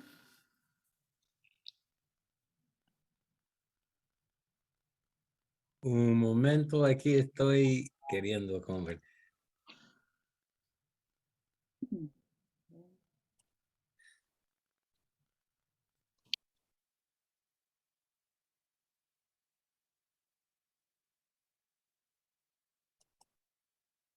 Listo. Okay. Oh. This is the last slide. I'm just going to talk about just real briefly. Este es el último slide. Voy a hablarlo brevemente. When we talk about cultural adaptation or adapting ourselves to a new culture and learning to live in a new culture, Cuando hablamos de adaptación cultural, cuando vivimos en otra cultura, it doesn't happen like most people think. no, esto no sucede como muchos piensan. If you go for just a short time, like say 3 months or 6 months, Si vas por corto tiempo, como 3 meses o 6 meses, you'll have experiences that are shocking to you culturally, like culture shock a little bit. Quizás puedas experimentar un poquito de choque cultural, But there'll be things that you're just experiencing generally in a superficial manner. pero vas a ver, las cosas que vas a experimentar van a ser de forma superficial. Most of the time, you're in the first phase, which is we call the honeymoon phase, which is initial euphoria or excitement. Hey, everything's great. This is new. Así que la primera fase es la de la luna de miel, es cuando la fase inicial de a lo que llamamos euforia, como todo está genial. Maybe you did a DTS, now you've done a school of mission, and you've been working and developing a support team, and now you're finally going to go to the people group that God has called you to. Así que quizás has hecho tu EDE, has hecho tu escuela de misiones, y ahora finalmente puedes ir al grupo étnico al que Dios te llamó. And you arrive and you're full of excitement, and you're really loving the opportunity to be in another culture and learn. Y llegas y estás todo emocionado y también de poder aprender de esta nueva cultura. And generally everything seems like, wow, this is really great. I love it. Y todo te parece asombroso. Dices, oh, me encanta. But after a certain period of time, we begin to see the bad parts of the culture that we didn't see that when we first arrived. Pero después de un tiempo empiezas a ver las partes negativas que no habías visto al momento de llegar. Maybe it's the way that children are treated. Maybe it's the way that women are treated. Quizás sea la forma en cómo les tratan a las mujeres. Maybe it's the way that they treat you as a foreigner, someone who's different. O quizás sea en la forma en cómo te tratan a ti como extranjero, quizás tengan un trato diferente. You start to see the culture, the negative things, and you're beginning to really miss your own culture, your own home. Y ahí empiezas a ver las cosas negativas y empiezas a extrañar a tu propio país, tu propia casa. You're missing your family, you're missing the food that you're accustomed to. You're tired of trying to figure out what's going on. You're tired of trying to learn the language. Things are starting to get tough. Empiezas a extrañar tu comida, tu cultura, y te hace difícil estar ya tanto tiempo aprendiendo lo nuevo cultural o el nuevo idioma. So you become irritable and you have irritability and hostility characterized. It's a disenchantment phase. Así que te vuelves irritable y hasta hostil. Es como la fase de la desilusión. The third phase is a gradual adjustment when you begin to realize, and this might take a couple of years before you get to this third phase. Y quizás te tome 2 años llegar a esta tercera fase, el ajuste gradual. Where you begin to see, okay, everything's not bad, but everything's not good either. Cuando empiezas a ver que no todo es malo, pero también no todo es bueno. You begin to get used to the way life is, and you begin to adapt, and you're slowly beginning to adjust to the new reality. Te empiezas a ver cómo la vida es en ese lugar y cómo adaptar, a ajustar a esos cambios, a lo que es diferente. You accept the fact that not everything is good, and you understand that, and you accept the fact that not everything is bad, and you're getting to feel comfortable with that. Aceptas el hecho de que no todo es no todo es bueno y te adaptas a eso, empiezas a darte cuenta de que no todo es malo y también te adaptas a ello. Okay, and you get that fourth phase, which is biculturalism, or you're adapted, a very well adapted cross-cultural worker. Y ahí es donde pasas por te conviertes en, y ahí es donde estás en la etapa de adaptación o de biculturismo. And you become integrated into the new culture. Y ahí es donde tú te llegas a integrar en la nueva cultura. And you can function and you have your social needs met in the new culture. Y ahí es donde puedes desenvolverte y hasta tus necesidades sociales son suplidas en esa nueva cultura. And so I'll give you that as a goal to work towards when you go as a missionary to a new culture. Y te doy esto como una meta para que puedas desarrollarla como misionero que va a otra cultura. Try to get to the place where your social needs are met, where your friendships, where you have, you enjoy celebrating your birthday, you enjoy celebrating holidays with your people in the new culture. Llegar a ese punto donde has desarrollado amistades en este nuevo lugar, en esta nueva cultura, donde disfrutas de celebrar tu cumpleaños o festividades juntamente con la gente de ese lugar. And just like you had friends back in your home culture, you'd get together and go have a coffee together or hang out and share and laugh. Y así como lo hacías en tu país, que salías con tus amigos y se iban a tomar café o a comer y se reían y tomaban bebidas, igual poder hacer esto en otra cultura. Exactly. You want to learn to do that in your new culture and get to the point where your social needs are met. Y llegar a ese punto donde tus necesidades sociales son suplidas. So many missionaries that I knew, I felt sorry for them because they never really adapted to the culture. Y he conocido muchos misioneros que me han causado pena porque no llegan a este punto con la cultura. Their favorite time in the week was when they got together with other people from their own culture and maybe other missionaries, and they had lunch together, they shared together, they had tea together, and that was their favorite time because they felt like that's when they could actually have their social needs met. Y su tiempo favorito de la semana era cuando ellos se encontraban con otros misioneros o con otras personas de su propia cultura, de su propio país, porque era ahí donde ellos sentían que sus necesidades sociales eran suplidas. But I set that as a goal to become really good at language and get to the point where you really feel at home in your new culture. Pero tenemos que llegar a ese punto donde nos sentimos cómodos con el idioma y con el nuevo lugar, la nueva cultura en el que estamos. Okay. Any questions or comments? I'd like to hear from you now. ¿Alguna pregunta o comentario? Me gustaría escuchar ahora. We've listened to a lot of things this morning. I want to hear what you have to say before I end with an exercise that we'll do together. Quisiera escuchar todo lo que tienen que decir antes de que pasemos a otros ejercicios. It's very refreshing to be to remind us. You just remind us what we go through every day in our base. Es muy refrescante poder escuchar esto, que tú nos puedes recordar esto porque pasamos por esto todos los días. Y we have hope. Y tenemos esperanza. You gave us hope. Nos has dado esperanza. Lord bless you. God is a God of hope. Our God is a God of hope, and we just hang in there, and I'm sure that He'll help you learn and adjust and adapt and become the messenger that He wants you to be.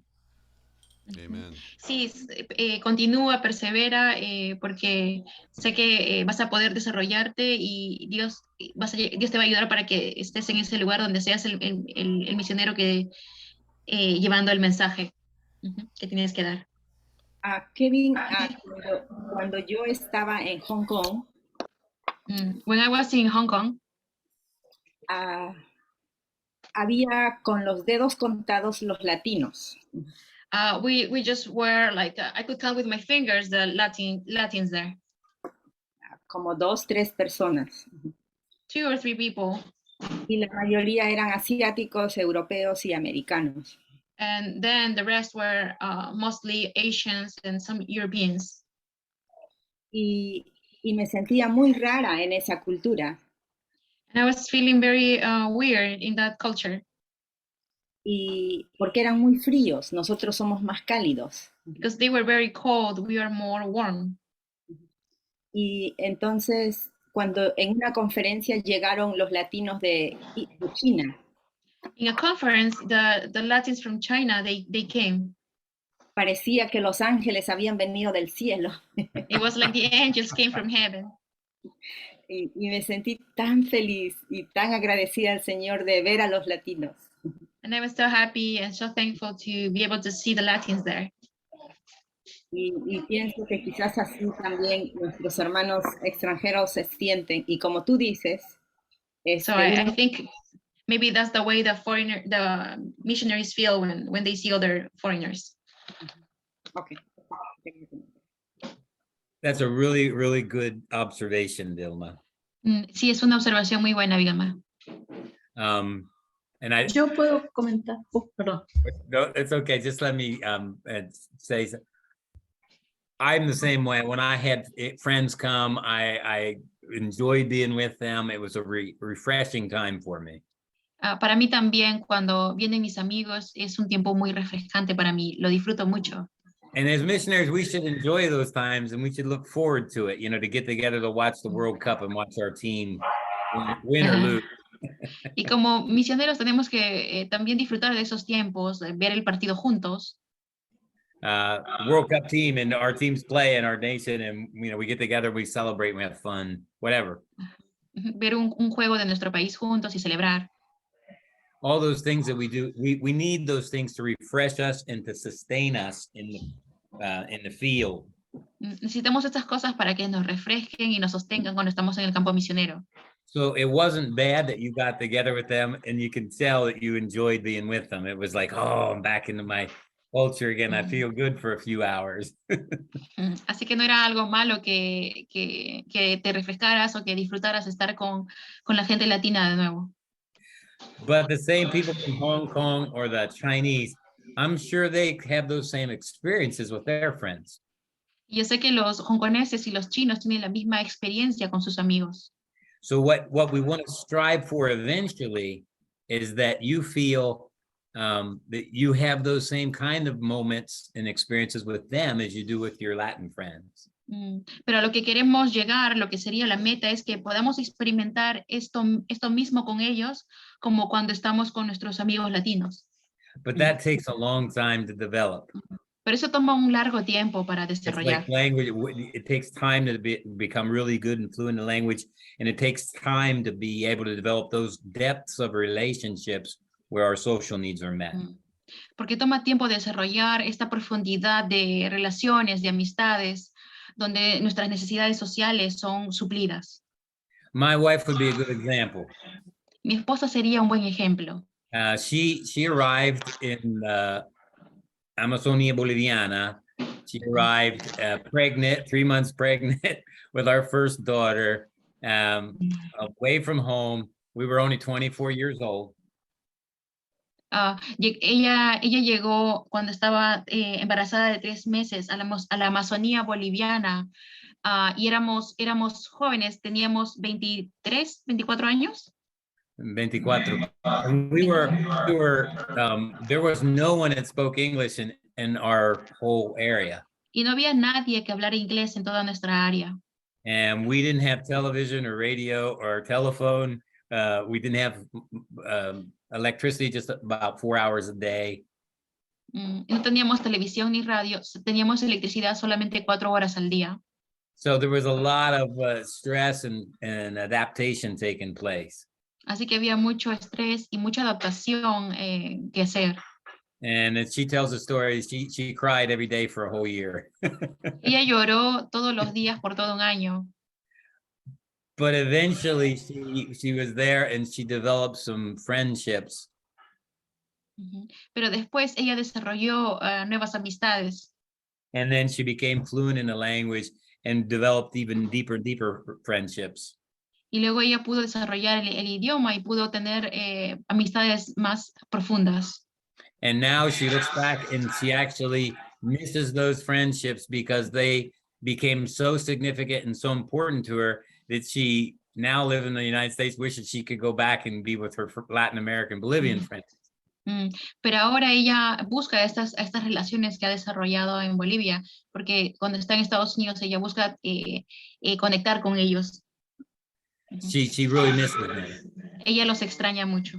So she got to the point where she was able to develop really deep relationships and friendships with people, the local people, and to the point where she truly misses them.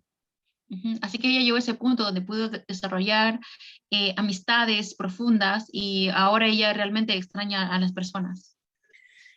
They say that the missionary who is the most well-adapted and well-adjusted missionary Se dice que el misionero que se ha adaptado, que se ha ajustado, is happiest when he's on the plane flying either to or from his adopted country. es cuando él está volando hacia ese lugar que él ha adoptado.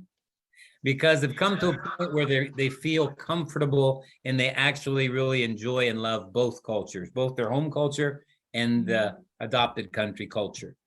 Porque llegaron a ese punto donde ellos se sienten cómodos en esa nueva cultura y también en su cultura de origen. And so when they're going back to their home culture, they're excited. They're going to go see their family and their friends that they grew up with and be in their home culture and eat all the good food like the pizza and hamburgers and ice cream. Así que cuando vuelven a su cultura de origen, ellos están contentos porque van a ver a sus amigos, a sus familiares, van a comer lo que les gusta, van a comer el sabor de helado encontrar el sabor de helado que les gusta. But when they're going, then when they leave their home country and they're going back to their adopted country, they also are looking forward. Oh, I can't wait to get back to eat arroz con queso. Voy a comer todo lo que me gusta. Voy a estar con mis amigos allá. I'm going to be with my friends there.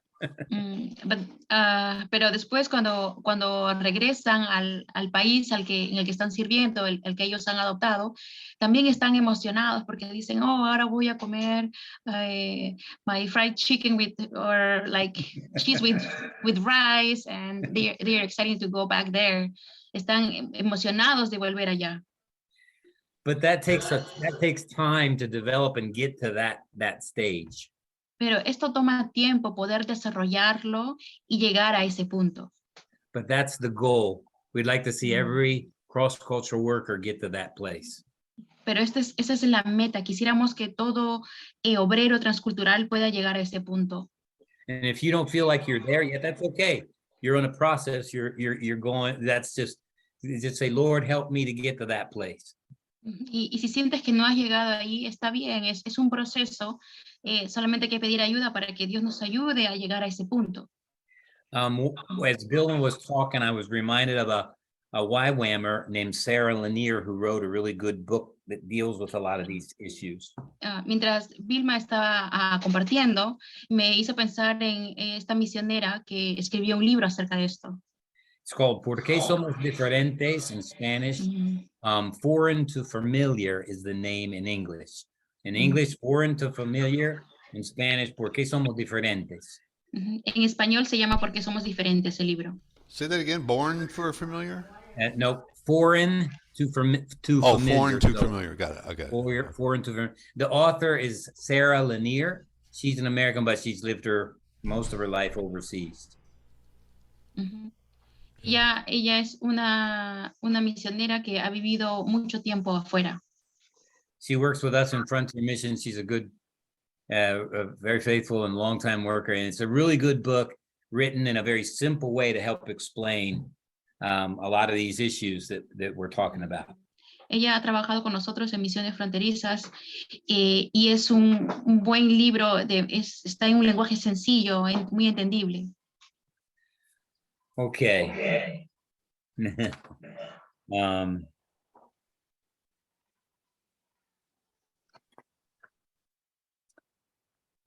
Creo que Olga quería compartir, Kevin. Okay, Olga. Sí, solo mencionar qué bueno sería poder tener esto antes de salir al campo, ¿no? En mi caso, no sé, seguramente hay otros casos, pero en el mío particular. She's saying like, how good would it be to have this lesson, this training before going to the mission field? Because in my case, it was like I didn't have it. Por lo menos tener un poco más de entendimiento acerca de los ciclos, ¿no? De adaptación. Like to have the knowledge of the cycles of adaptation. Porque eso creo que nos ayudaría un poquito más a vivir las etapas de una manera diferente. Because that will help us to live the different stages in a different way. Creo que particularmente la primera etapa es la que más estrés me causó. The first stage was the one that caused me the most stress. Pero pienso que si hubiese tenido un poquito de entendimiento que hay diferentes ciclos, entonces tal vez, no sé, hubiese sido un poquito menos estresante. So maybe if I would have known about these different cycles, it would have been less stressful for me. I don't know. Y leer este libro de ¿Por qué somos diferentes? A mí me ayudó mucho. Realmente es una bendición que ese libro llegó a mis manos. To read this book, Foreign to Familiar, was very important to me. It was a blessing that I could read this book. Así que solo eso quería mencionar. Qué bueno sería si pudiéramos tener los misioneros que salen transcultural, los ciclos de adaptación. Creo que ayudaría muchísimo. So just this to mention that how helpful it would be if every missionary will have this resource or this material before they go. Yeah, well, that's a great observation, Olga. Yeah, muy buena observación. So we really encourage young people to take a school of strategic or a school frontier mission before they would go overseas or go to a new people group. Por eso siempre animamos a los jóvenes que van a ir a otro grupo étnico, a otra cultura, que puedan tomar la escuela de misiones. And it's like you say, you're still going to go through that phase when, oh, this is so hard. I don't want to be here. I want to go home. Please let me leave. But the fact that you know about it, you have, that knowledge can help you know that if I just hang in there, I think things are going to get better. I'm just in this first phase. Así que de todas formas, uno va a pasar por ese punto donde dice, oh, ya estoy cansada, ya sáquenme de aquí, quiero irme a otro lugar. Pero es bueno que en ese momento, a veces tener este conocimiento de que es una parte del proceso que ya las cosas pueden mejorar o van a pasar. I have a lot of stories that normally I share when I teach. Tengo muchas historias que normalmente comparto cuando enseño. But I find it difficult to share the stories when I can't be with you in person and I just see your tiny little face here on the Zoom screen. Pero se me hace difícil poder contarlas cuando lo hacemos por Zoom y no en persona. That's what I miss most about the contact with the you people, the students, and sharing stories and listen to your stories. Eso es lo que extraño más, poder estar ahí con ustedes y contar historias y también escuchar sus historias. But I'll just take a minute to share one story. It deals with some of these issues that we've been talking about that happened to me. Así que les voy a contar una historia de algo que it happened to you. Yeah. Algo que me pasó a mí. When I was 20 years old, I went to a verano de misión, a summer service with Youth with a Mission in Colorado. Cuando tenía 20 años fui a un verano de misiones en Colorado. And that's where I really felt like the Lord spoke to my heart and gave me a missionary call on my life. Y ahí fue donde yo sentí que Dios habló a mi corazón y me estaba dando un llamado misionero a mi vida. And I was having my quiet time sitting down in the woods in the mountains of Colorado, having my quiet time every morning before breakfast. Y estaba sentado ahí sobre un tronco allá en Colorado. Tenía mis tiempos quietos así en las mañanas. Yeah, in the bosque, in the woods, and probably, I wouldn't say it was a audible voice, but it was one of the times in my life, the few times when I felt God impress very strongly a specific Bible passage on my mind and my heart. Y fue casi como una voz audible, pero como muy fuerte, que Dios me estaba resaltando mucho de un versículo de la Biblia en mi mente. It was a Bible passage, and I was asking the Lord at that time, God, what do you want me to do? I'm willing to go anywhere in the world. I'll do whatever you want me to do. I just need to know. I need to hear you tell me what to do. Así que simplemente le preguntaba a Dios, Dios, realmente quiero saber qué es lo que tú quieres que yo haga, porque estoy dispuesto a ir a cualquier parte del mundo. And this morning that I'm talking about, it just came on me, Isaiah chapter 58. I had to read it, and it just like God burned that into me, and I felt like I knew he was speaking that Bible verse to me. Y en ese momento Dios trajo a mí el versículo de Isaías 58, así muy fuerte, que yo sabía que era Dios que me estaba trayendo esto a mí. So I opened my Bible, and I didn't know my Bible all that well then, but I was opening my Bible, found Isaiah 58, and I started to read it. Pero encontré mi Biblia, ni siquiera sabía la Biblia tan bien en ese entonces, pero leí lo que decía Isaías 58. And the first part of the chapter talks about a fast that God doesn't like, and it didn't really resonate with me. I was like, man, I don't get it, God. What are you trying to say to me? Y la primera parte habla del ayuno, el ayuno que Dios realmente quiere, y eso no resonaba conmigo, no sabía qué quería decir Dios.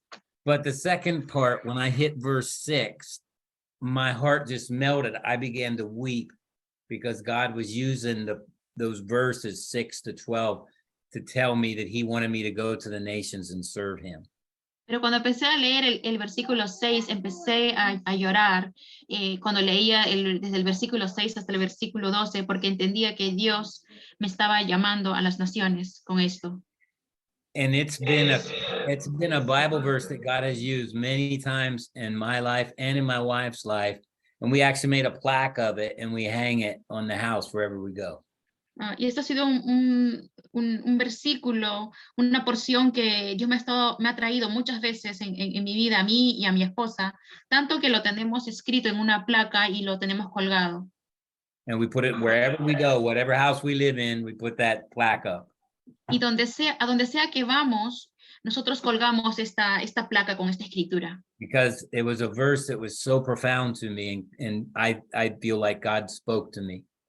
Porque es un versículo tan profundo donde Dios me habló tan fuerte que es muy importante para mí.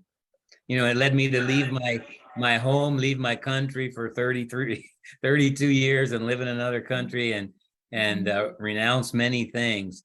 And so it's a verse that really was important to me.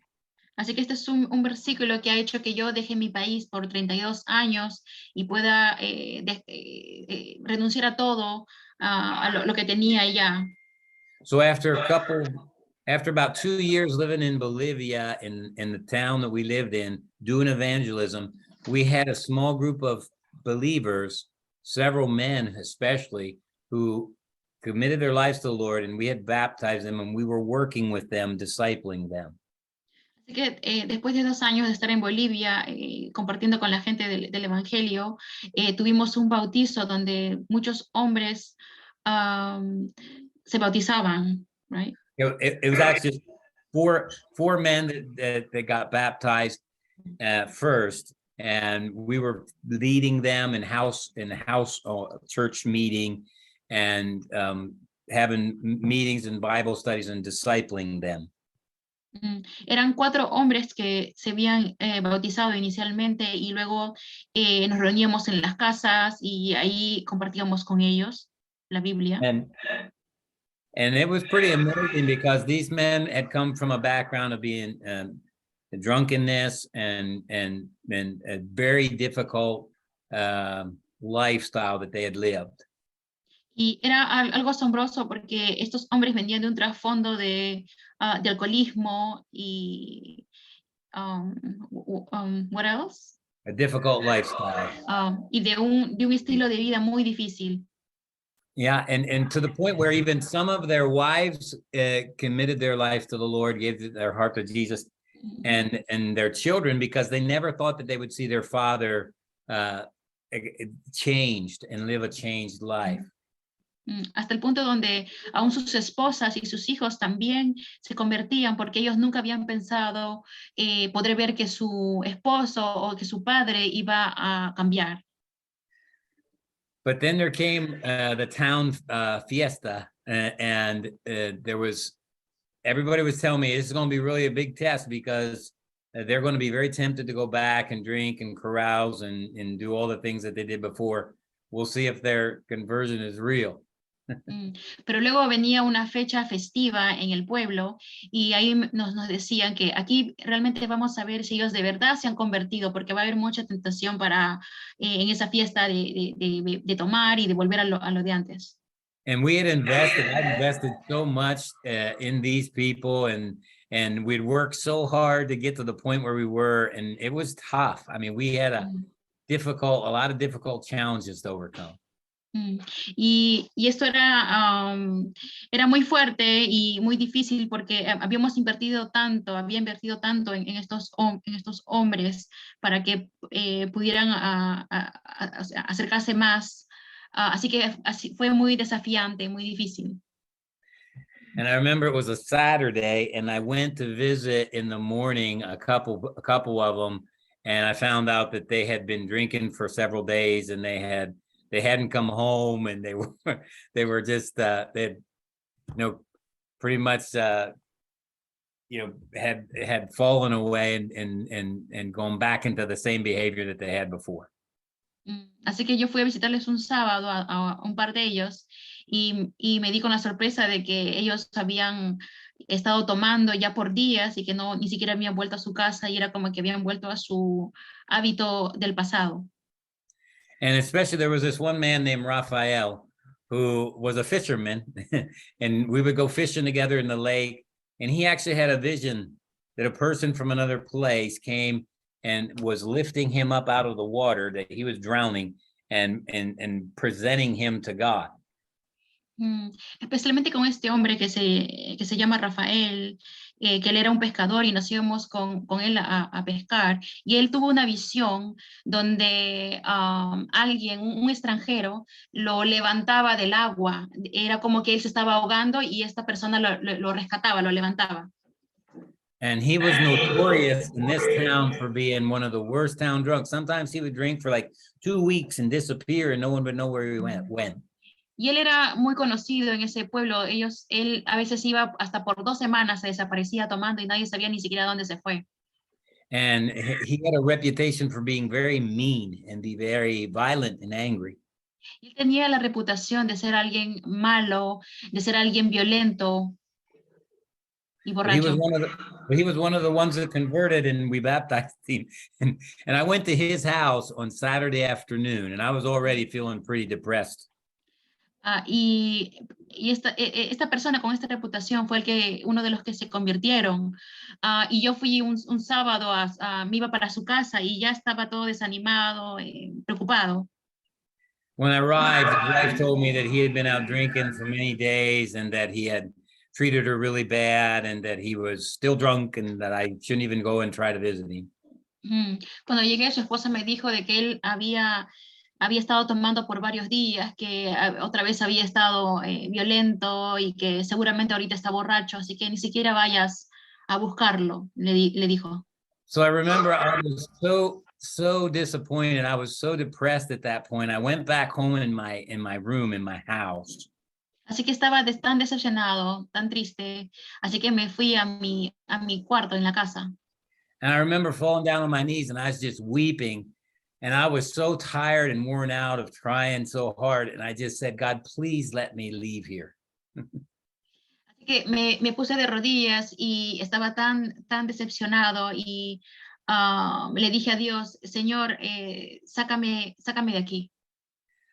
I just begged God. I said, I'll go somewhere else, but I just need to leave here because I just can't take it anymore. I can't work with these people anymore. Así que estaba tan decepcionado que le dije, Señor, iré a cualquier otro lado, pero sácame de aquí. No puedo permanecer aquí con esta gente. And then later in that day, I guess it was in the evening or nighttime, for some reason, one of his daughters came to my house and said, my dad is calling you to come visit. So his name's Rafael. He wants me to come and visit him. Y después, en la tarde, casi noche, una de sus hijas vino y me dijo que mi papá, Rafael, quiere que vayas a visitarlo a la casa.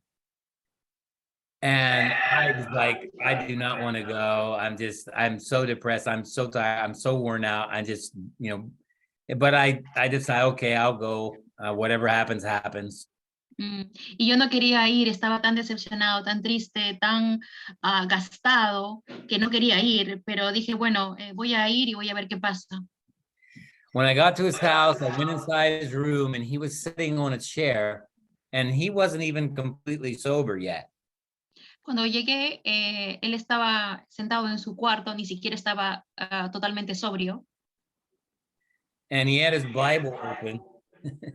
Pero él tenía su Biblia abierta. And he didn't know his Bible hardly at all. I mean, not at all. Y él no conocía su Biblia para nada. But in his broken voice and in his days of drunkenness or whatever, he said, I was reading this and I want you to listen to this. Pero en su voz entrecortada y así media rara por lo que estaba todavía ebrio, me dijo, quiero leerte esto. I think God wants you to hear this. Creo que Dios quiere que escuches esto.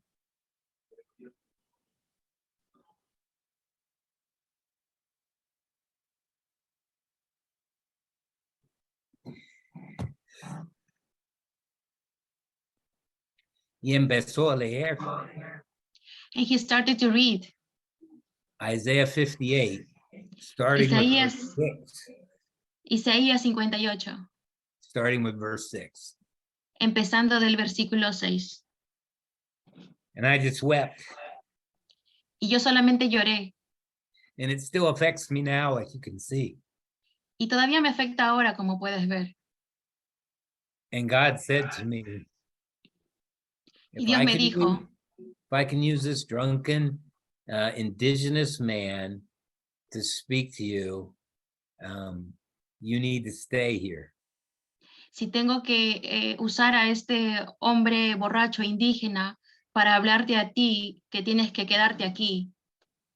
The same verse that I spoke to you 5 years ago and called you into missions, he's given you now. You need to stay. El mismo versículo que yo te di hace 5 años para llamarte a las misiones, estoy usando para decirte que tienes que quedarte. So that's just an example of God's faithfulness to us who are the ones who take the good news to other people. Este es un ejemplo de la fidelidad de Dios hacia nosotros, que llevamos el mensaje, su mensaje a otras personas. And if God can do that for me, he can do the same thing for you. Y si Dios pudo haber hecho esto conmigo, Él puede hacer lo mismo también contigo. So yeah, there is hope. Así que hay esperanza. And when I share with young people and other students, and not all of you are young, but we serve an amazing God.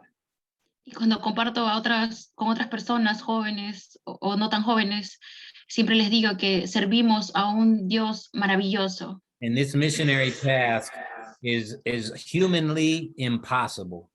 Y esta tarea misionera es humanamente imposible. And it can be really, really difficult. Puede ser muy, muy difícil. But we serve an amazing God.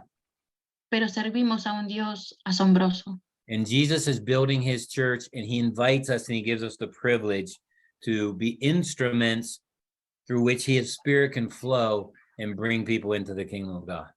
Pero Jesús está edificando su iglesia y Él nos está llamando para que podamos ser parte y podemos ser instrumentos para poder llevar a las personas a Dios.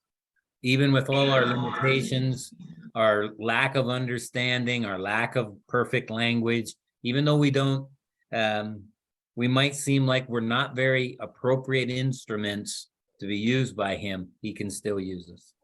Aún con nuestras propias limitaciones, aún con nuestra falta de idioma o con nuestra falta de conocimiento de la cultura, aún con todo esto Dios nos puede usar, aún cuando pensamos que no somos los apropiados. So I want you to have hope, and I want you to not be afraid, to go ahead and walk with this amazing God we have and obey what he tells you to do. Así que quiero que tengas esperanza y no tengas miedo, que camines y obedezcas en lo que Dios te ha llamado a hacer. I never imagined that I would do all the things that I ended up doing. Nunca imaginé que iba a hacer todas estas cosas que Dios me llamó a hacer. And many hundreds of people have become baptized believers in the places we worked and lived there. Y muchos cientos de personas se han bautizado en los lugares en los que hemos estado. We started 2 churches and we started 2 schools, and this morning there was 800 students between those 2 schools studying in the schools that we founded in those villages, those towns. Y después tuvimos dos iglesias y 2 escuelas, y ahora hay como 800 niños en una de estas escuelas que nosotros hemos fundado. Between the 2 schools, there's about 800 students. Oh. Anyway, they've been an amazing journey that God took us on. We've been really blessed to be able to see a lot of fruit in our ministry. Así que ha sido un recorrido asombroso. Hemos podido ver el fruto también de nuestro ministerio. And it's been a blessing for me to be able to encourage young people, Latin Americans especially, to go to the nations and serve God. Así que ha sido una bendición para mí poder compartir con latinoamericanos a que puedan continuar con lo que Dios les está llamando a hacer. So persevere and hang in there. God is going to do amazing things with you. If he did it with me, he'll do it with you. Así que perseveren, continúen, porque Dios va a hacer cosas asombrosas con ustedes, así como Él lo hizo conmigo. I actually, when I was 18 years old, my freshman year in college, Cuando tenía 18 años, en mi primer año en la universidad, I made this statement. hice esta declaración. If somebody wants to talk to me, they're going to have to learn English because I'm never going to learn another language. Si alguien quiere hablar conmigo, van a tener que hablar en inglés porque nunca quiero hablar otro idioma. I mean, I had no desire to talk to people from other cultures or other countries or anything. No tenía deseo de hablar con gente de otros idiomas o de otras culturas que estaban por ahí. But then God in his mercy and his grace came into my life, and a couple years later called me into missions, and ahora hablo español muy bien. Pero luego Dios en su misericordia y en su gracia, 2 años después, me llamó, y ahora I can speak very well Spanish. So God's going to do amazing things with you too. Así que Dios va a hacer cosas asombrosas con ustedes también. Now, I'd like you to take just a blank piece of paper if you have it. Me gustaría que tomaran un papel, un pedazo de hoja en blanco, si lo tienen por ahí. You can do it in a group activity because if we have time here, let me see what time we have. Yeah, we're going to take a little bit of time and do this as a group activity. So take a blank sheet of paper. Toma una hoja de papel. And in big letters, we're going to write what we said the other day was a really good principle for cross-cultural workers. Y vamos a escribir lo que veíamos el otro día, un principio para misiones transculturales. For workers that are cross-cultural. Just take on the first, on the one side of the paper, write in great big letters, seek first to understand. En un lado del papel, escríbelo con letras claras y grandes, busca primero entender. Busca primero entender. seek first to understand. Write that in big letters. Escríbelo en letras grandes. But leave space so you can put all kinds of little notes and comments around it. Pero deja espacio para que puedas escribir pequeñas notas alrededor de ello. And then on the other side, flip the paper over and write the second part of that, which is, and then be understood. Pero en el otro lado del papel, dale vuelta y escribe en letras grandes y luego ser entendido. So the first side says, seek first to understand, and the other side says, and then be understood. Así que de un lado de la hoja escribe, busca primero entender, y del otro lado escribe para luego ser entendido. And I want you to read several Bible passages that I give you, and then meditate on what does that mean? Seek first to understand, and based on all that we've talked about these past few days. Así que les voy a dar unos versículos para que ustedes puedan leerlo y meditar, y luego puedan escribir en la primera parte, busca primero entender. So write down on the first side, Colossians 3:12 through 17. En la primera parte escriban Colosenses 3, what verse? 12 to 17. Del versículo 12 al 17. En la primera hoja. Yeah, Philippians 2:3 through 5. Filipenses 3, del 2 al 5. No, Filipenses 2:3 a 5. Ok, Filipenses 2, del 3 al 5. And then James 1:19. Y luego Santiago 1:19. Yeah. So those three verses. And I want you to just pray and read those and ask God, in light of what we've been listening to, write down some things that God brings to your mind and your heart that will help you do what that statement says. Seek first to understand. Así que ora y pregúntale a Dios que te ayude a entender estos versículos, y luego escribe lo que te ayude a primero entender, y lo escribes en ese lado de la página. Maybe God's going to bring the other verses, just things that you can write down. It might be just a word, a phrase. Write down anything that God brings to your mind about seek first to understand. What does that mean? What is God wanting to say to you?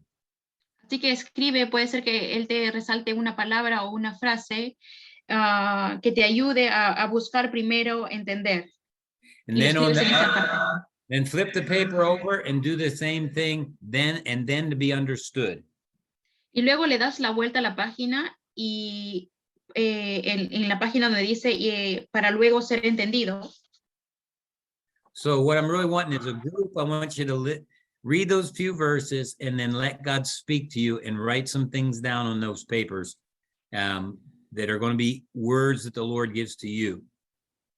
Así que lo que quiero es que lean estos versículos para que Dios les hable y luego tomen nota de lo que Dios les ha hablado, de lo que Dios quiere que ustedes hagan en los dos lados de la página.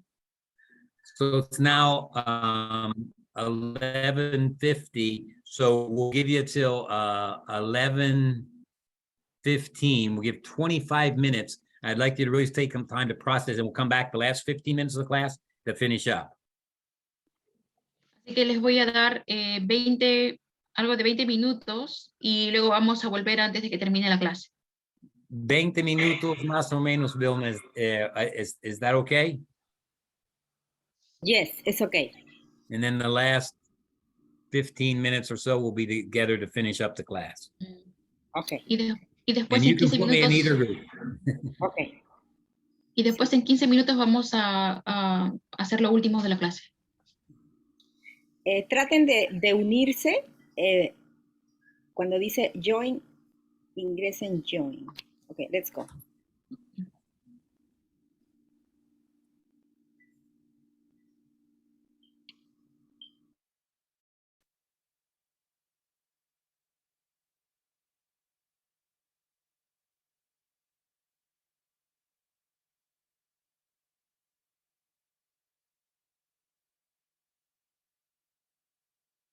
It's funny how we always end up in the same groups.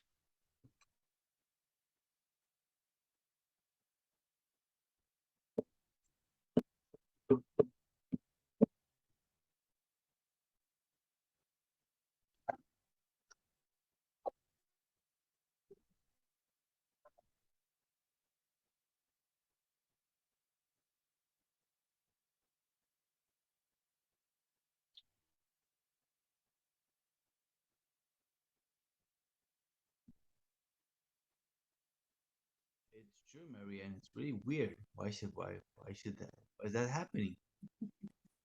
Yeah. Could be because we got the same language worldview. That's why.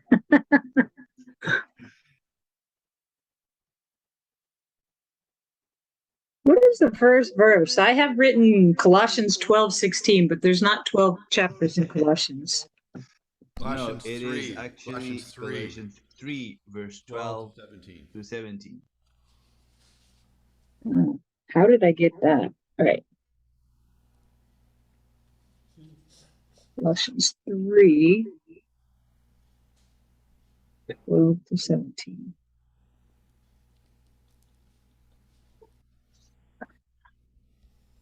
So we just read the chapters, read the verses, and then. Yeah, I don't know. Is it like personal, or should we discuss this as a group? Yeah. I'm assuming since they put us in groups, we're to talk about it. I mean, the Spanish group, I heard my wife is asking the same question. So. Okay. So they'll probably just they'll probably let us know. I hope, or we can but we can carry on reading through it as a group. I think, and then. What are you supposed to put in the second page? I don't know about the second page. I'm still digesting the first page. The first batch of verses of Colossians is very, very rich. Mm-hmm. I mean, I want to be compassionate. I want to be kind. I want to show humility. I want to be gentle. I want to be patient. I just got through the first verse. There's 6 verses of that first group of Colossians. Bear with one another. Forgive. Put on a love. So what do you think? Should we just read it? And see what God is telling you as you read it. Yeah, I think that's what it's, read it to yourself, and what is God telling you about it? I mean, it's telling me a lot in that first one. I need to memorize that one. 13, 14, 6 verses that are very rich. Right down to do it all in the name of the Lord Jesus and give thanks to Father through him, through Jesus. Amen. Wilma, we're not clear if we should do this individually or as a group, or should we read the verses together, or what is exactly that is expected of us? What should we do? She's not here anymore. No, oh, they gave us Ibadan. We must have 2 groups now or something. Yeah. English speaking and Spanish speaking. I think Ibadan was feeling all alone. They wanted to join us. Welcome, Ibadan. Moving on to Philippians. Okay.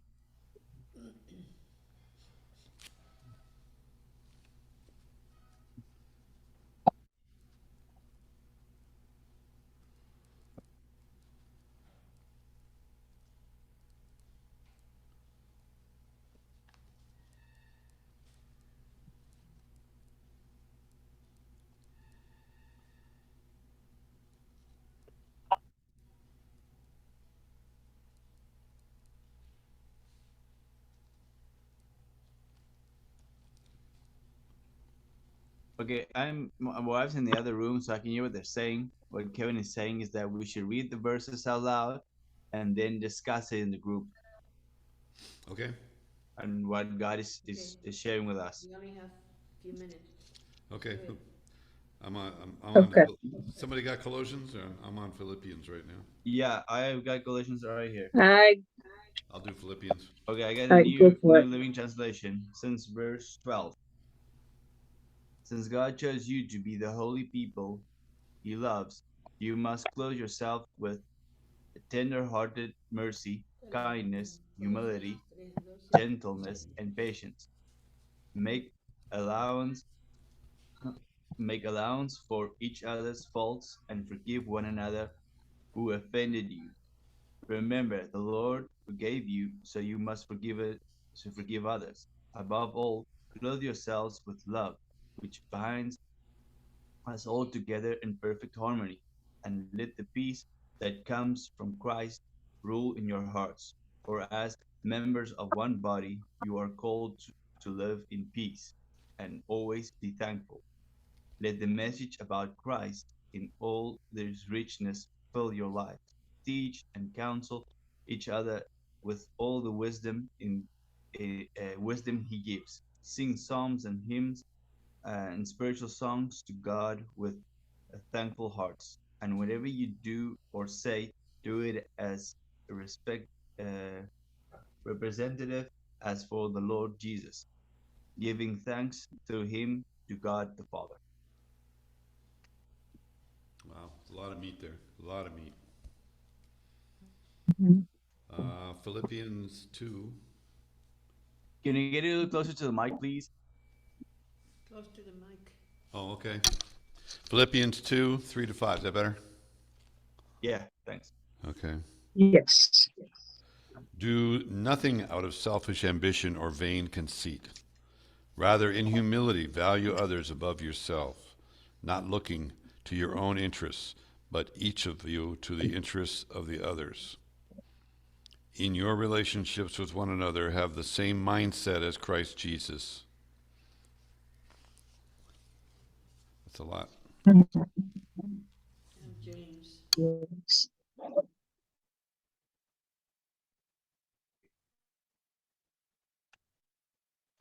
Okay, James 1:19. Know this, my beloved brothers. Let every person be quick to hear, slow to speak, slow to anger, for the anger of man does not produce the righteousness of God.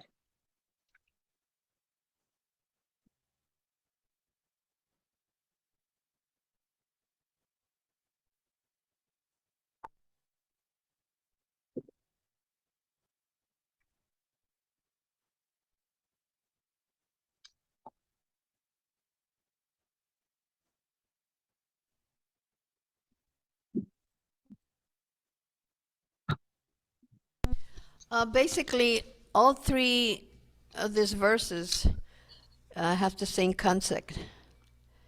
To be more like God and practice all the attributes of God, you know, and James 1.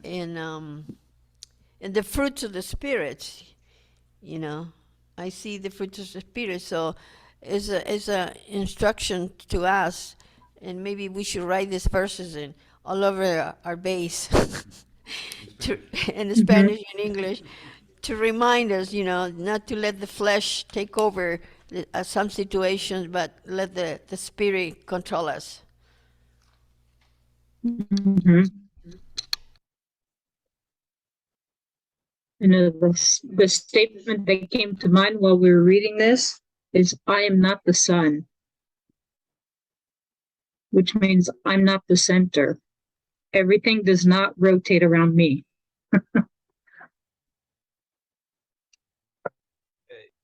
Yeah, what I also see here is that I have to look at myself first. I have to evaluate myself and see how am I reflecting God's mercy and His characters and His attributes that is mentioned here to others. So I have to continue evaluate myself to see if I'm really putting these things in practice and my intentions at all circumstances, at all times. Am I with all intentions of my heart and my mind and my strength, transmitting these attributes of God. Mhm. And also, what I see from the three tests, I see the issue of relationship, especially when it comes to being angry. I must equate my anger with the righteousness of God. You know, even in anger, I must always also look at God's righteousness. Will this amount to what God really demand or request from me as a person? You know, so my relationship with my fellow man, when it comes to being angry, then I must not forget that in my anger, I must also think about the righteousness of God. Where He says, yeah.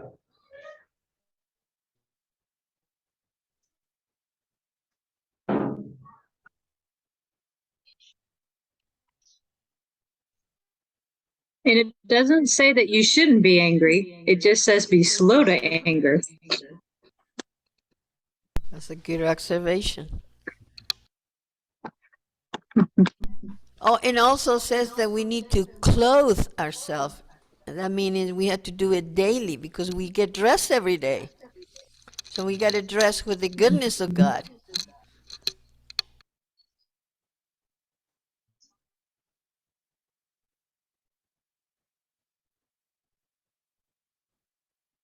What do we do with the second sheet, and then be understood?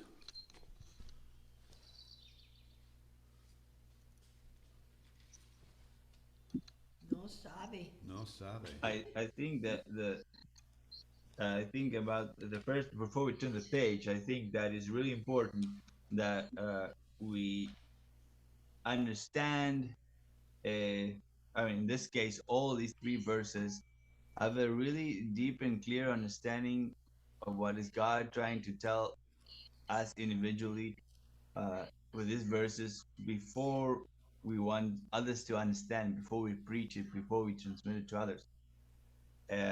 To, like Lily said, to really understand that every single day of my life I have to wear a shirt and pants and socks and shoes and whatever is needed to live, to pass my daily life. And that's why I have to also every day be considerate of all those things, all the attributes of God be with me all day. And I really understand that, seek to understand that first, before I think to try to transmit it to other people in other cultures.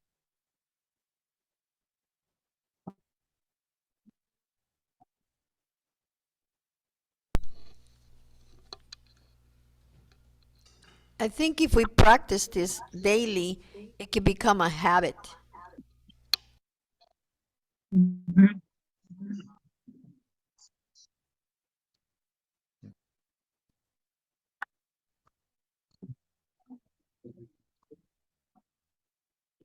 Yeah, I think it comes down to many of the all of them talk about us having the same mind as Christ. Like you said, to clothe yourself. It's our need to have God, the Holy Spirit, and to have our mind put on Christ.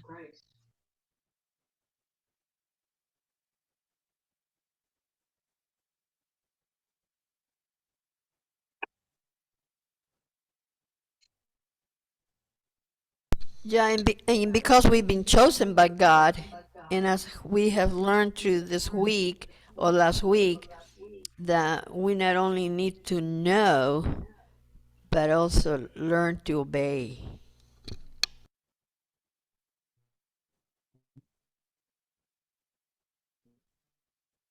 And something that also calls my attention in Galatians 3:14, when it says, it talks about to clothe ourselves in love, which binds us all together in perfect harmony.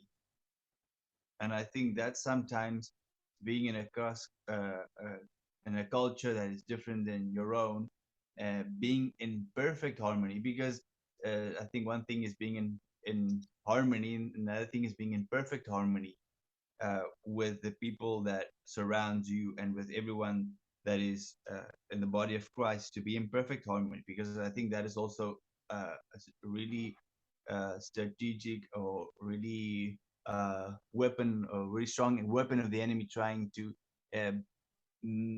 let there not be harmony. Because I think unity is something, but harmony is something that's more profound than unity. And the only way that harmony can be in a perfect way, as it pleases God, is we clothe ourselves with love. And I think to produce that and to have a great understanding of that brings a lot of, like it says in the same verse, it brings peace to our hearts in verse 15, that the peace that comes from Christ rule your hearts. So I think that's like a consequence of understanding that, being clothed with the love of Christ. In my experience, I see this problem not among other people's culture or the people that we are ministering, but I see this more within the brothers. And I think that's this teaching lesson is for us Christians, how we ought to live and put up with each other, so to speak. Yeah. I know here, as the leader of the base, a lot of times I'll give direction for certain things. And then when I go back to check on what they did, I'm like, what are you doing? And it had nothing to do with what I had asked them to do. They didn't understand what I was asking, so they just did what they wanted. And that would get me really frustrated. And I was trying to find better ways to communicate, draw pictures, diagrams, and still realizing they're not paying attention. And so I had to stop, and I had to be patient, because I wanted to get angry with them because they're not listening. And they're not communicating well. And so I would talk to them and I would say, if we're going to communicate, you have to speak. If you don't understand what I'm asking, you have to ask questions. Because I have a way of thinking. For me, it's very rational. It's very step 1, 2, 3, 4. But a lot of times they don't understand that. And so it's just taking time to ask questions. What do you understand? What are you doing with what I've asked you to do? Show me. Like, we do things very visual here. I want this. I mark things so that we can break out what be a little more clear in the communication. But it's learning to be first to understand what they're thinking and how they're thinking. And then also it's important that I'm understood, that they understand what I'm saying, because as the leader and director, there's certain things I need to communicate. So I think it goes beyond just like language barriers and things like that, but it's just sometimes we need to be heard and we need to be understood, but we have to understand from their perspective first.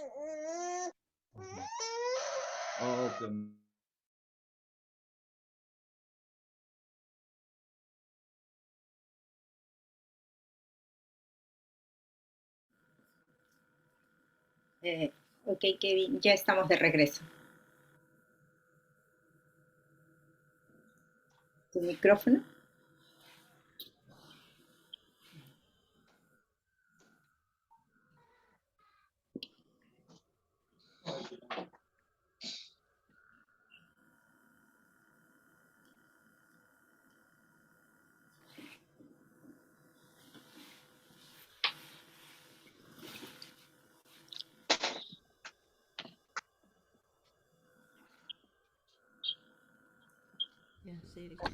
Kevin, tu micrófono está apagado.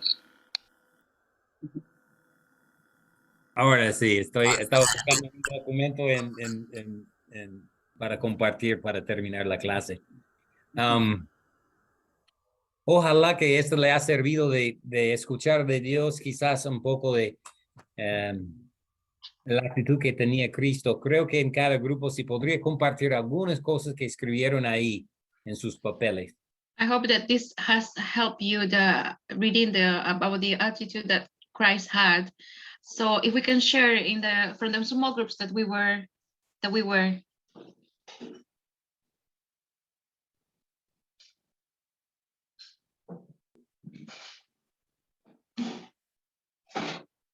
¿Qué grupo quieren ser primero? Ywam y Badán. Anybody wants to share from you guys? Ibadan was with us apparently, so. It's okay. Go ahead, William. Go ahead. Oh, yeah, I get picked on. Okay. But if we understood the first sheet, it was the second sheet that we didn't really get to, but we spent a lot of time on the verses and how they applied and what we need to do. And we need to all write these on our base walls in Spanish and English. They're very rich. There's a lot in these, especially Colossians. A lot of things and attitudes that we need to have, and we need to take on. Hay mucho material, mucho que hemos visto y hemos hecho la primera parte de la hoja, pero no hemos llegado a desarrollar la segunda parte. Colosenses tiene muchas cosas que queremos, que tenemos que aprender y pensamos ponerlo en la base.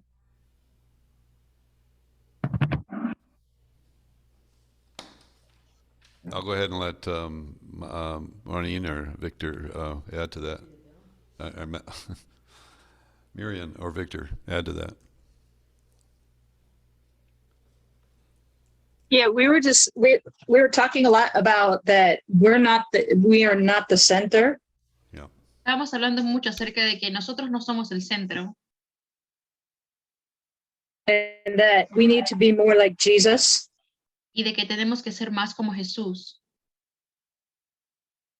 And that we need to work on our relationships with the people. Y que tenemos que trabajar en nuestras amistades, relaciones con las personas. And one of the points that Lily brought up. Y uno de los puntos que Lily mencionó. Is that a lot of these are like the fruits of the Spirit. Es que mucho de esto es como los frutos del Espíritu. And that we need to clothe ourselves with the fruits of the Spirit daily. That we need to clothe ourselves, dress ourselves. Oh, okay. Y que tenemos que vestirnos a nosotros mismos con los frutos del Espíritu. That's everything.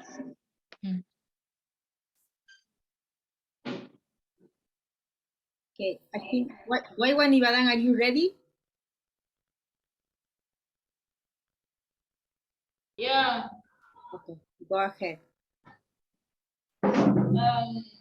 What read is what we all see there is the same thing the both verses are talking about.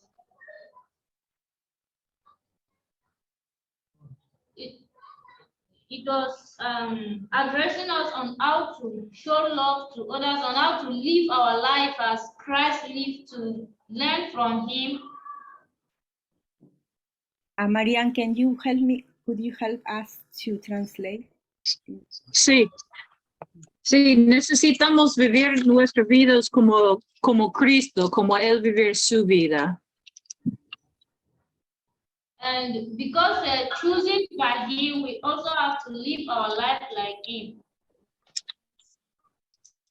Y también necesitamos vivir nuestra vida como Él, porque estamos elegidos de Él. And now to be humble and love others people and consider others people. Y necesitamos ser humildes y también a poner otros enfrente y amarlos. Yeah. And also to live our life, the peace of God to reign over us, to reign in our hearts. Y necesitamos vivir nuestras vidas con la paz de Dios sobre nuestros corazones. And also to walk in wisdom. y también a caminar en sabiduría.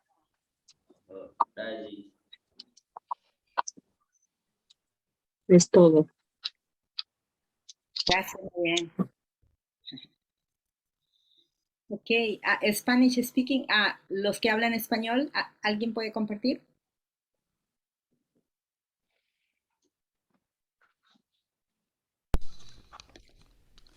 Compartiendo un poco lo que hemos leído en base a la palabra, ¿no? Que dice acá, el hermano hizo primero una mención que fue un principio para misiones transculturales.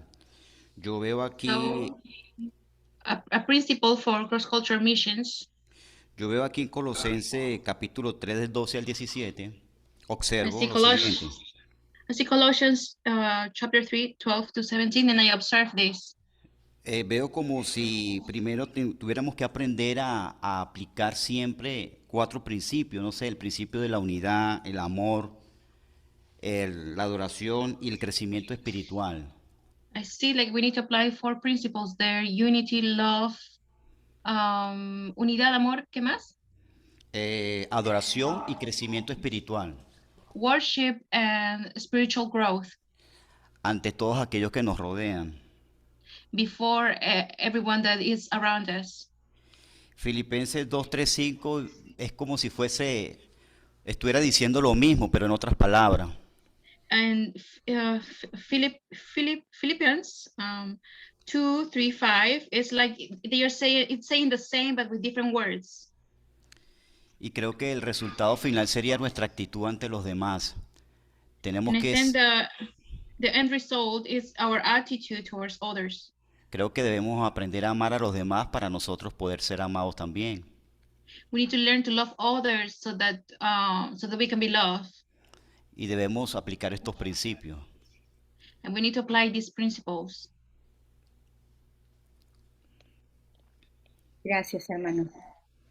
Ok, del grupo de los que hablan español, Olga o alguien más, no sé si quieren compartir.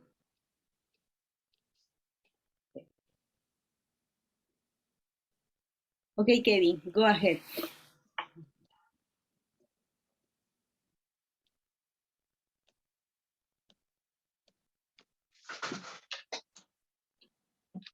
So we take that saying, seek first to understand and then be understood. Así que tenemos esta frase que dice, busca primero entender para luego ser entendido. Kind of like a summary of all that we've talked about these past few days. Es como un resumen de todo lo que hemos aprendido en estos días. Most of the time, people are pretty good at perceiving our hard attitude, and even if they're from a different culture. Can you repeat that? Sorry. Most of the time, people are pretty good at perceiving what our hard attitude is, even if it's in a different culture. Muchas veces la gente puede percibir la actitud de nuestro corazón, aunque no sea en su idioma. And these verses talk about being humble. In order to seek first to understand, we need to be humble. Así que en estos versículos dice que para que nosotros podamos entender, tenemos que ser primeramente humildes.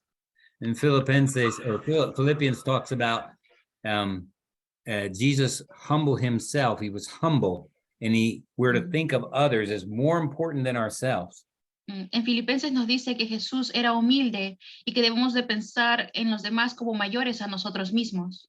So even though other worldviews or other cultures are very different from ours, así que aunque otras culturas tengan otras cosmovisiones que son diferentes a las nuestras, there's still a lot that we can learn from them. Aún hay mucho que podemos aprender de ellos. And we need to recognize the positive and acknowledge the positive good things that their culture and that it has. Y tenemos que reconocer lo positivo, las cosas buenas que esa cultura tiene. Maybe there's some really good behaviors that you observe, and you realize they come from there's some really good values that their worldview or their value system, their belief system has. Así que puede ser que ellos tengan comportamientos que son buenos, que vienen de buenos valores que ellos tienen en su cosmovisión. and ask you, so what do we have in common? What are some things that we have in common that they already are doing well, and we can acknowledge that and use that as a bridge to build a relationship and share the gospel through. Así que también podemos ver cuáles son los puntos en común, qué cosas tenemos que compartimos, y eso podemos usarlo como un puente para poder compartir el evangelio con ellos. And then to be understood.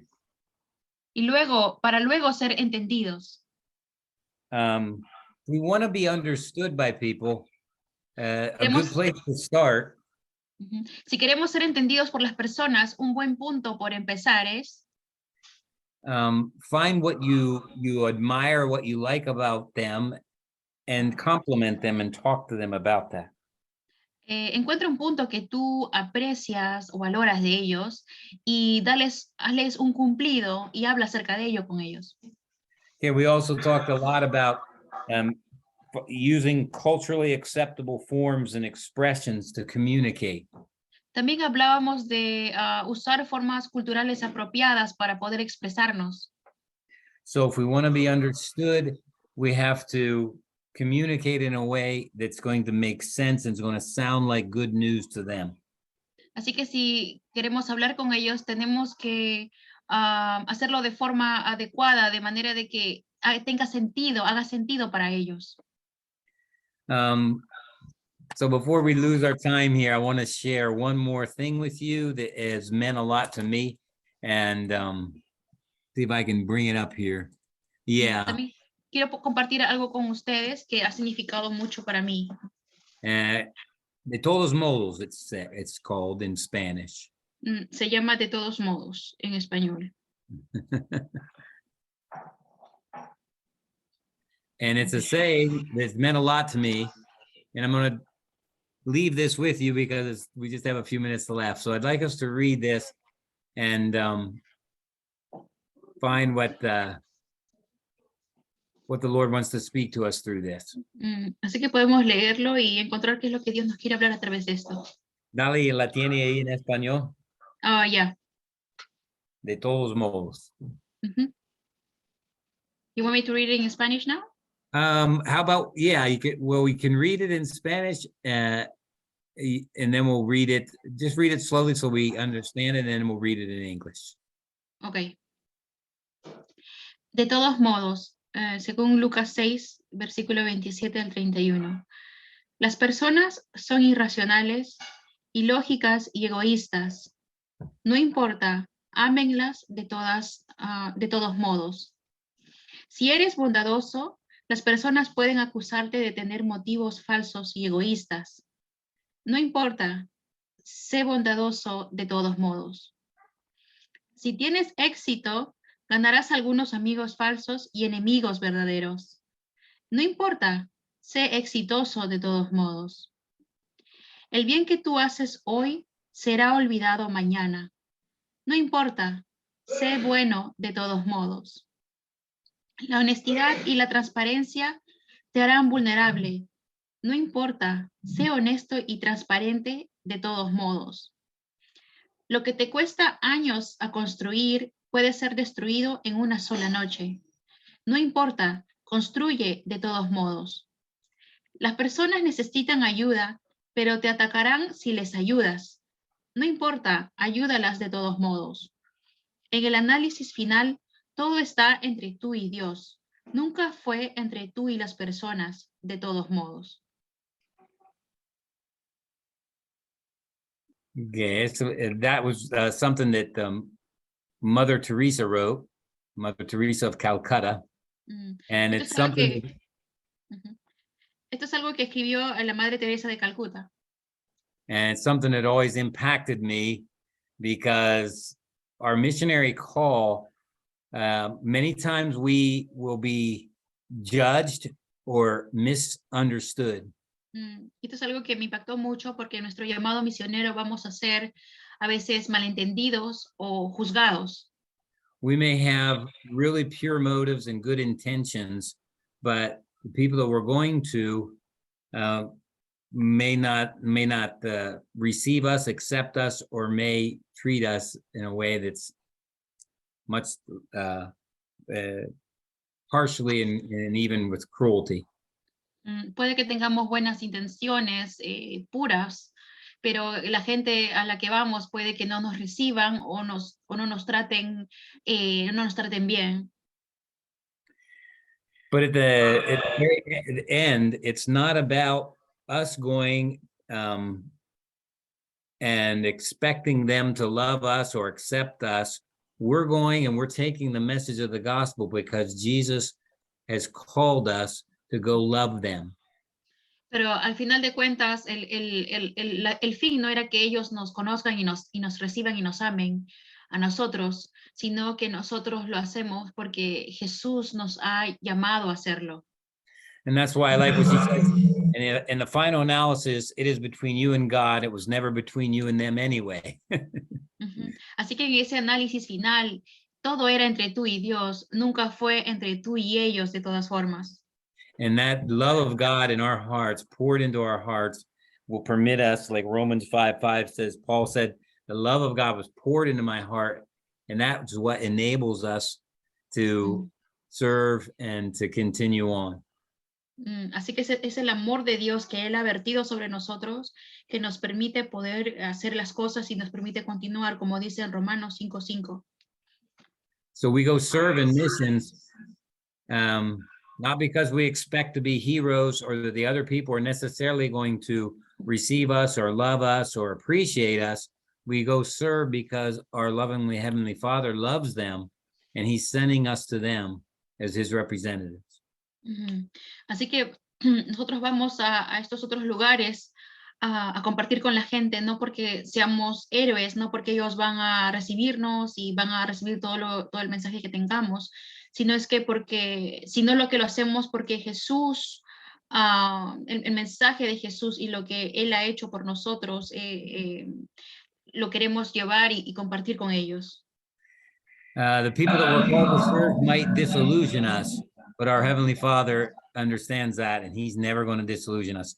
We serve because we love Him, and that's the final analysis. Así que las personas a las que nosotros vamos a alcanzar puede ser que nos decepcionen, pero nuestro Padre Celestial nunca nos va a decepcionar, y en nuestro análisis final lo más importante es Dios.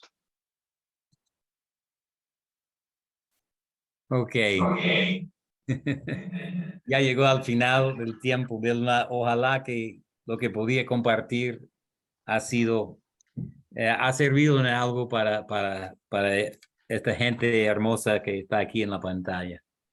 So this is the final time, the end of the class, and I hope that everything that I have shared, it can be useful for you guys. Muchas gracias, Kevin. Dios te bendiga. Realmente eres de inspiración para nosotros.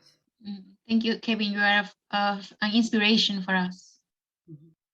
Y gracias porque podemos ver la cultura de otra manera. And thank you because we can see culture in a different way and love. Y amar a las personas de otras culturas. And love people from other cultures. A veces podemos no entenderles correctamente. Sometimes it's hard for us to understand them correctly. Y podemos asumir de acuerdo a nuestra cultura. And we can assume according to our own culture. Pero entendiendo este tema podemos mejorar en nuestro trato con los hermanos de otras culturas. But understanding this topic, we can improve in our treatment, the way we treat people from other cultures. Muchas gracias, que Dios te bendiga. Thank you so much. God bless you. Un privilegio. Vamos a orar por Kevin. We're going to pray for Kevin. Él siempre quiere bendecirnos. Él va a venir al Perú pronto. He always wants to bless us. He's going to come to Peru soon. Así que él vendrá el próximo año para nuestra próxima escuela. So he's going to come next year for our next school. Así que muchas gracias, Kevin, otra vez.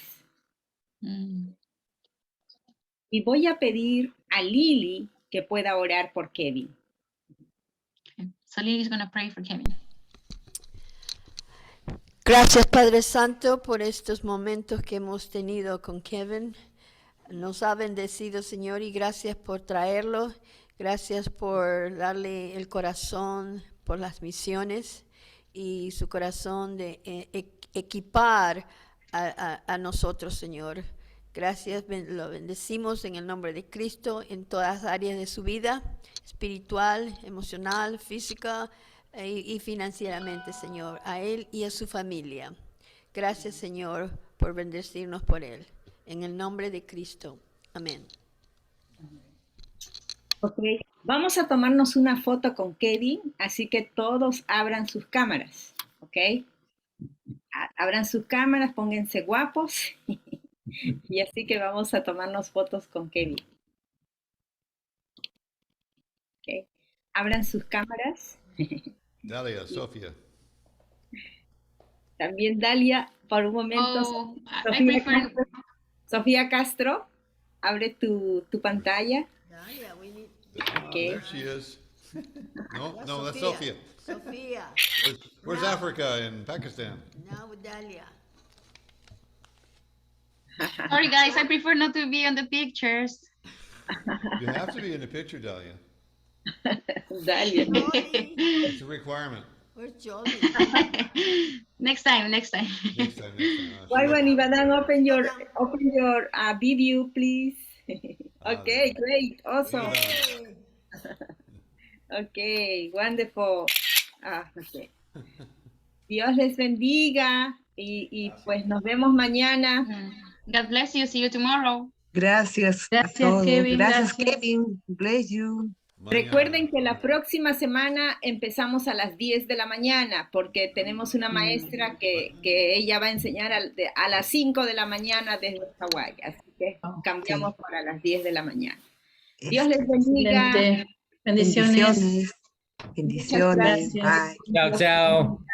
Chao, chao. God bless you all. Bless you. Thank you,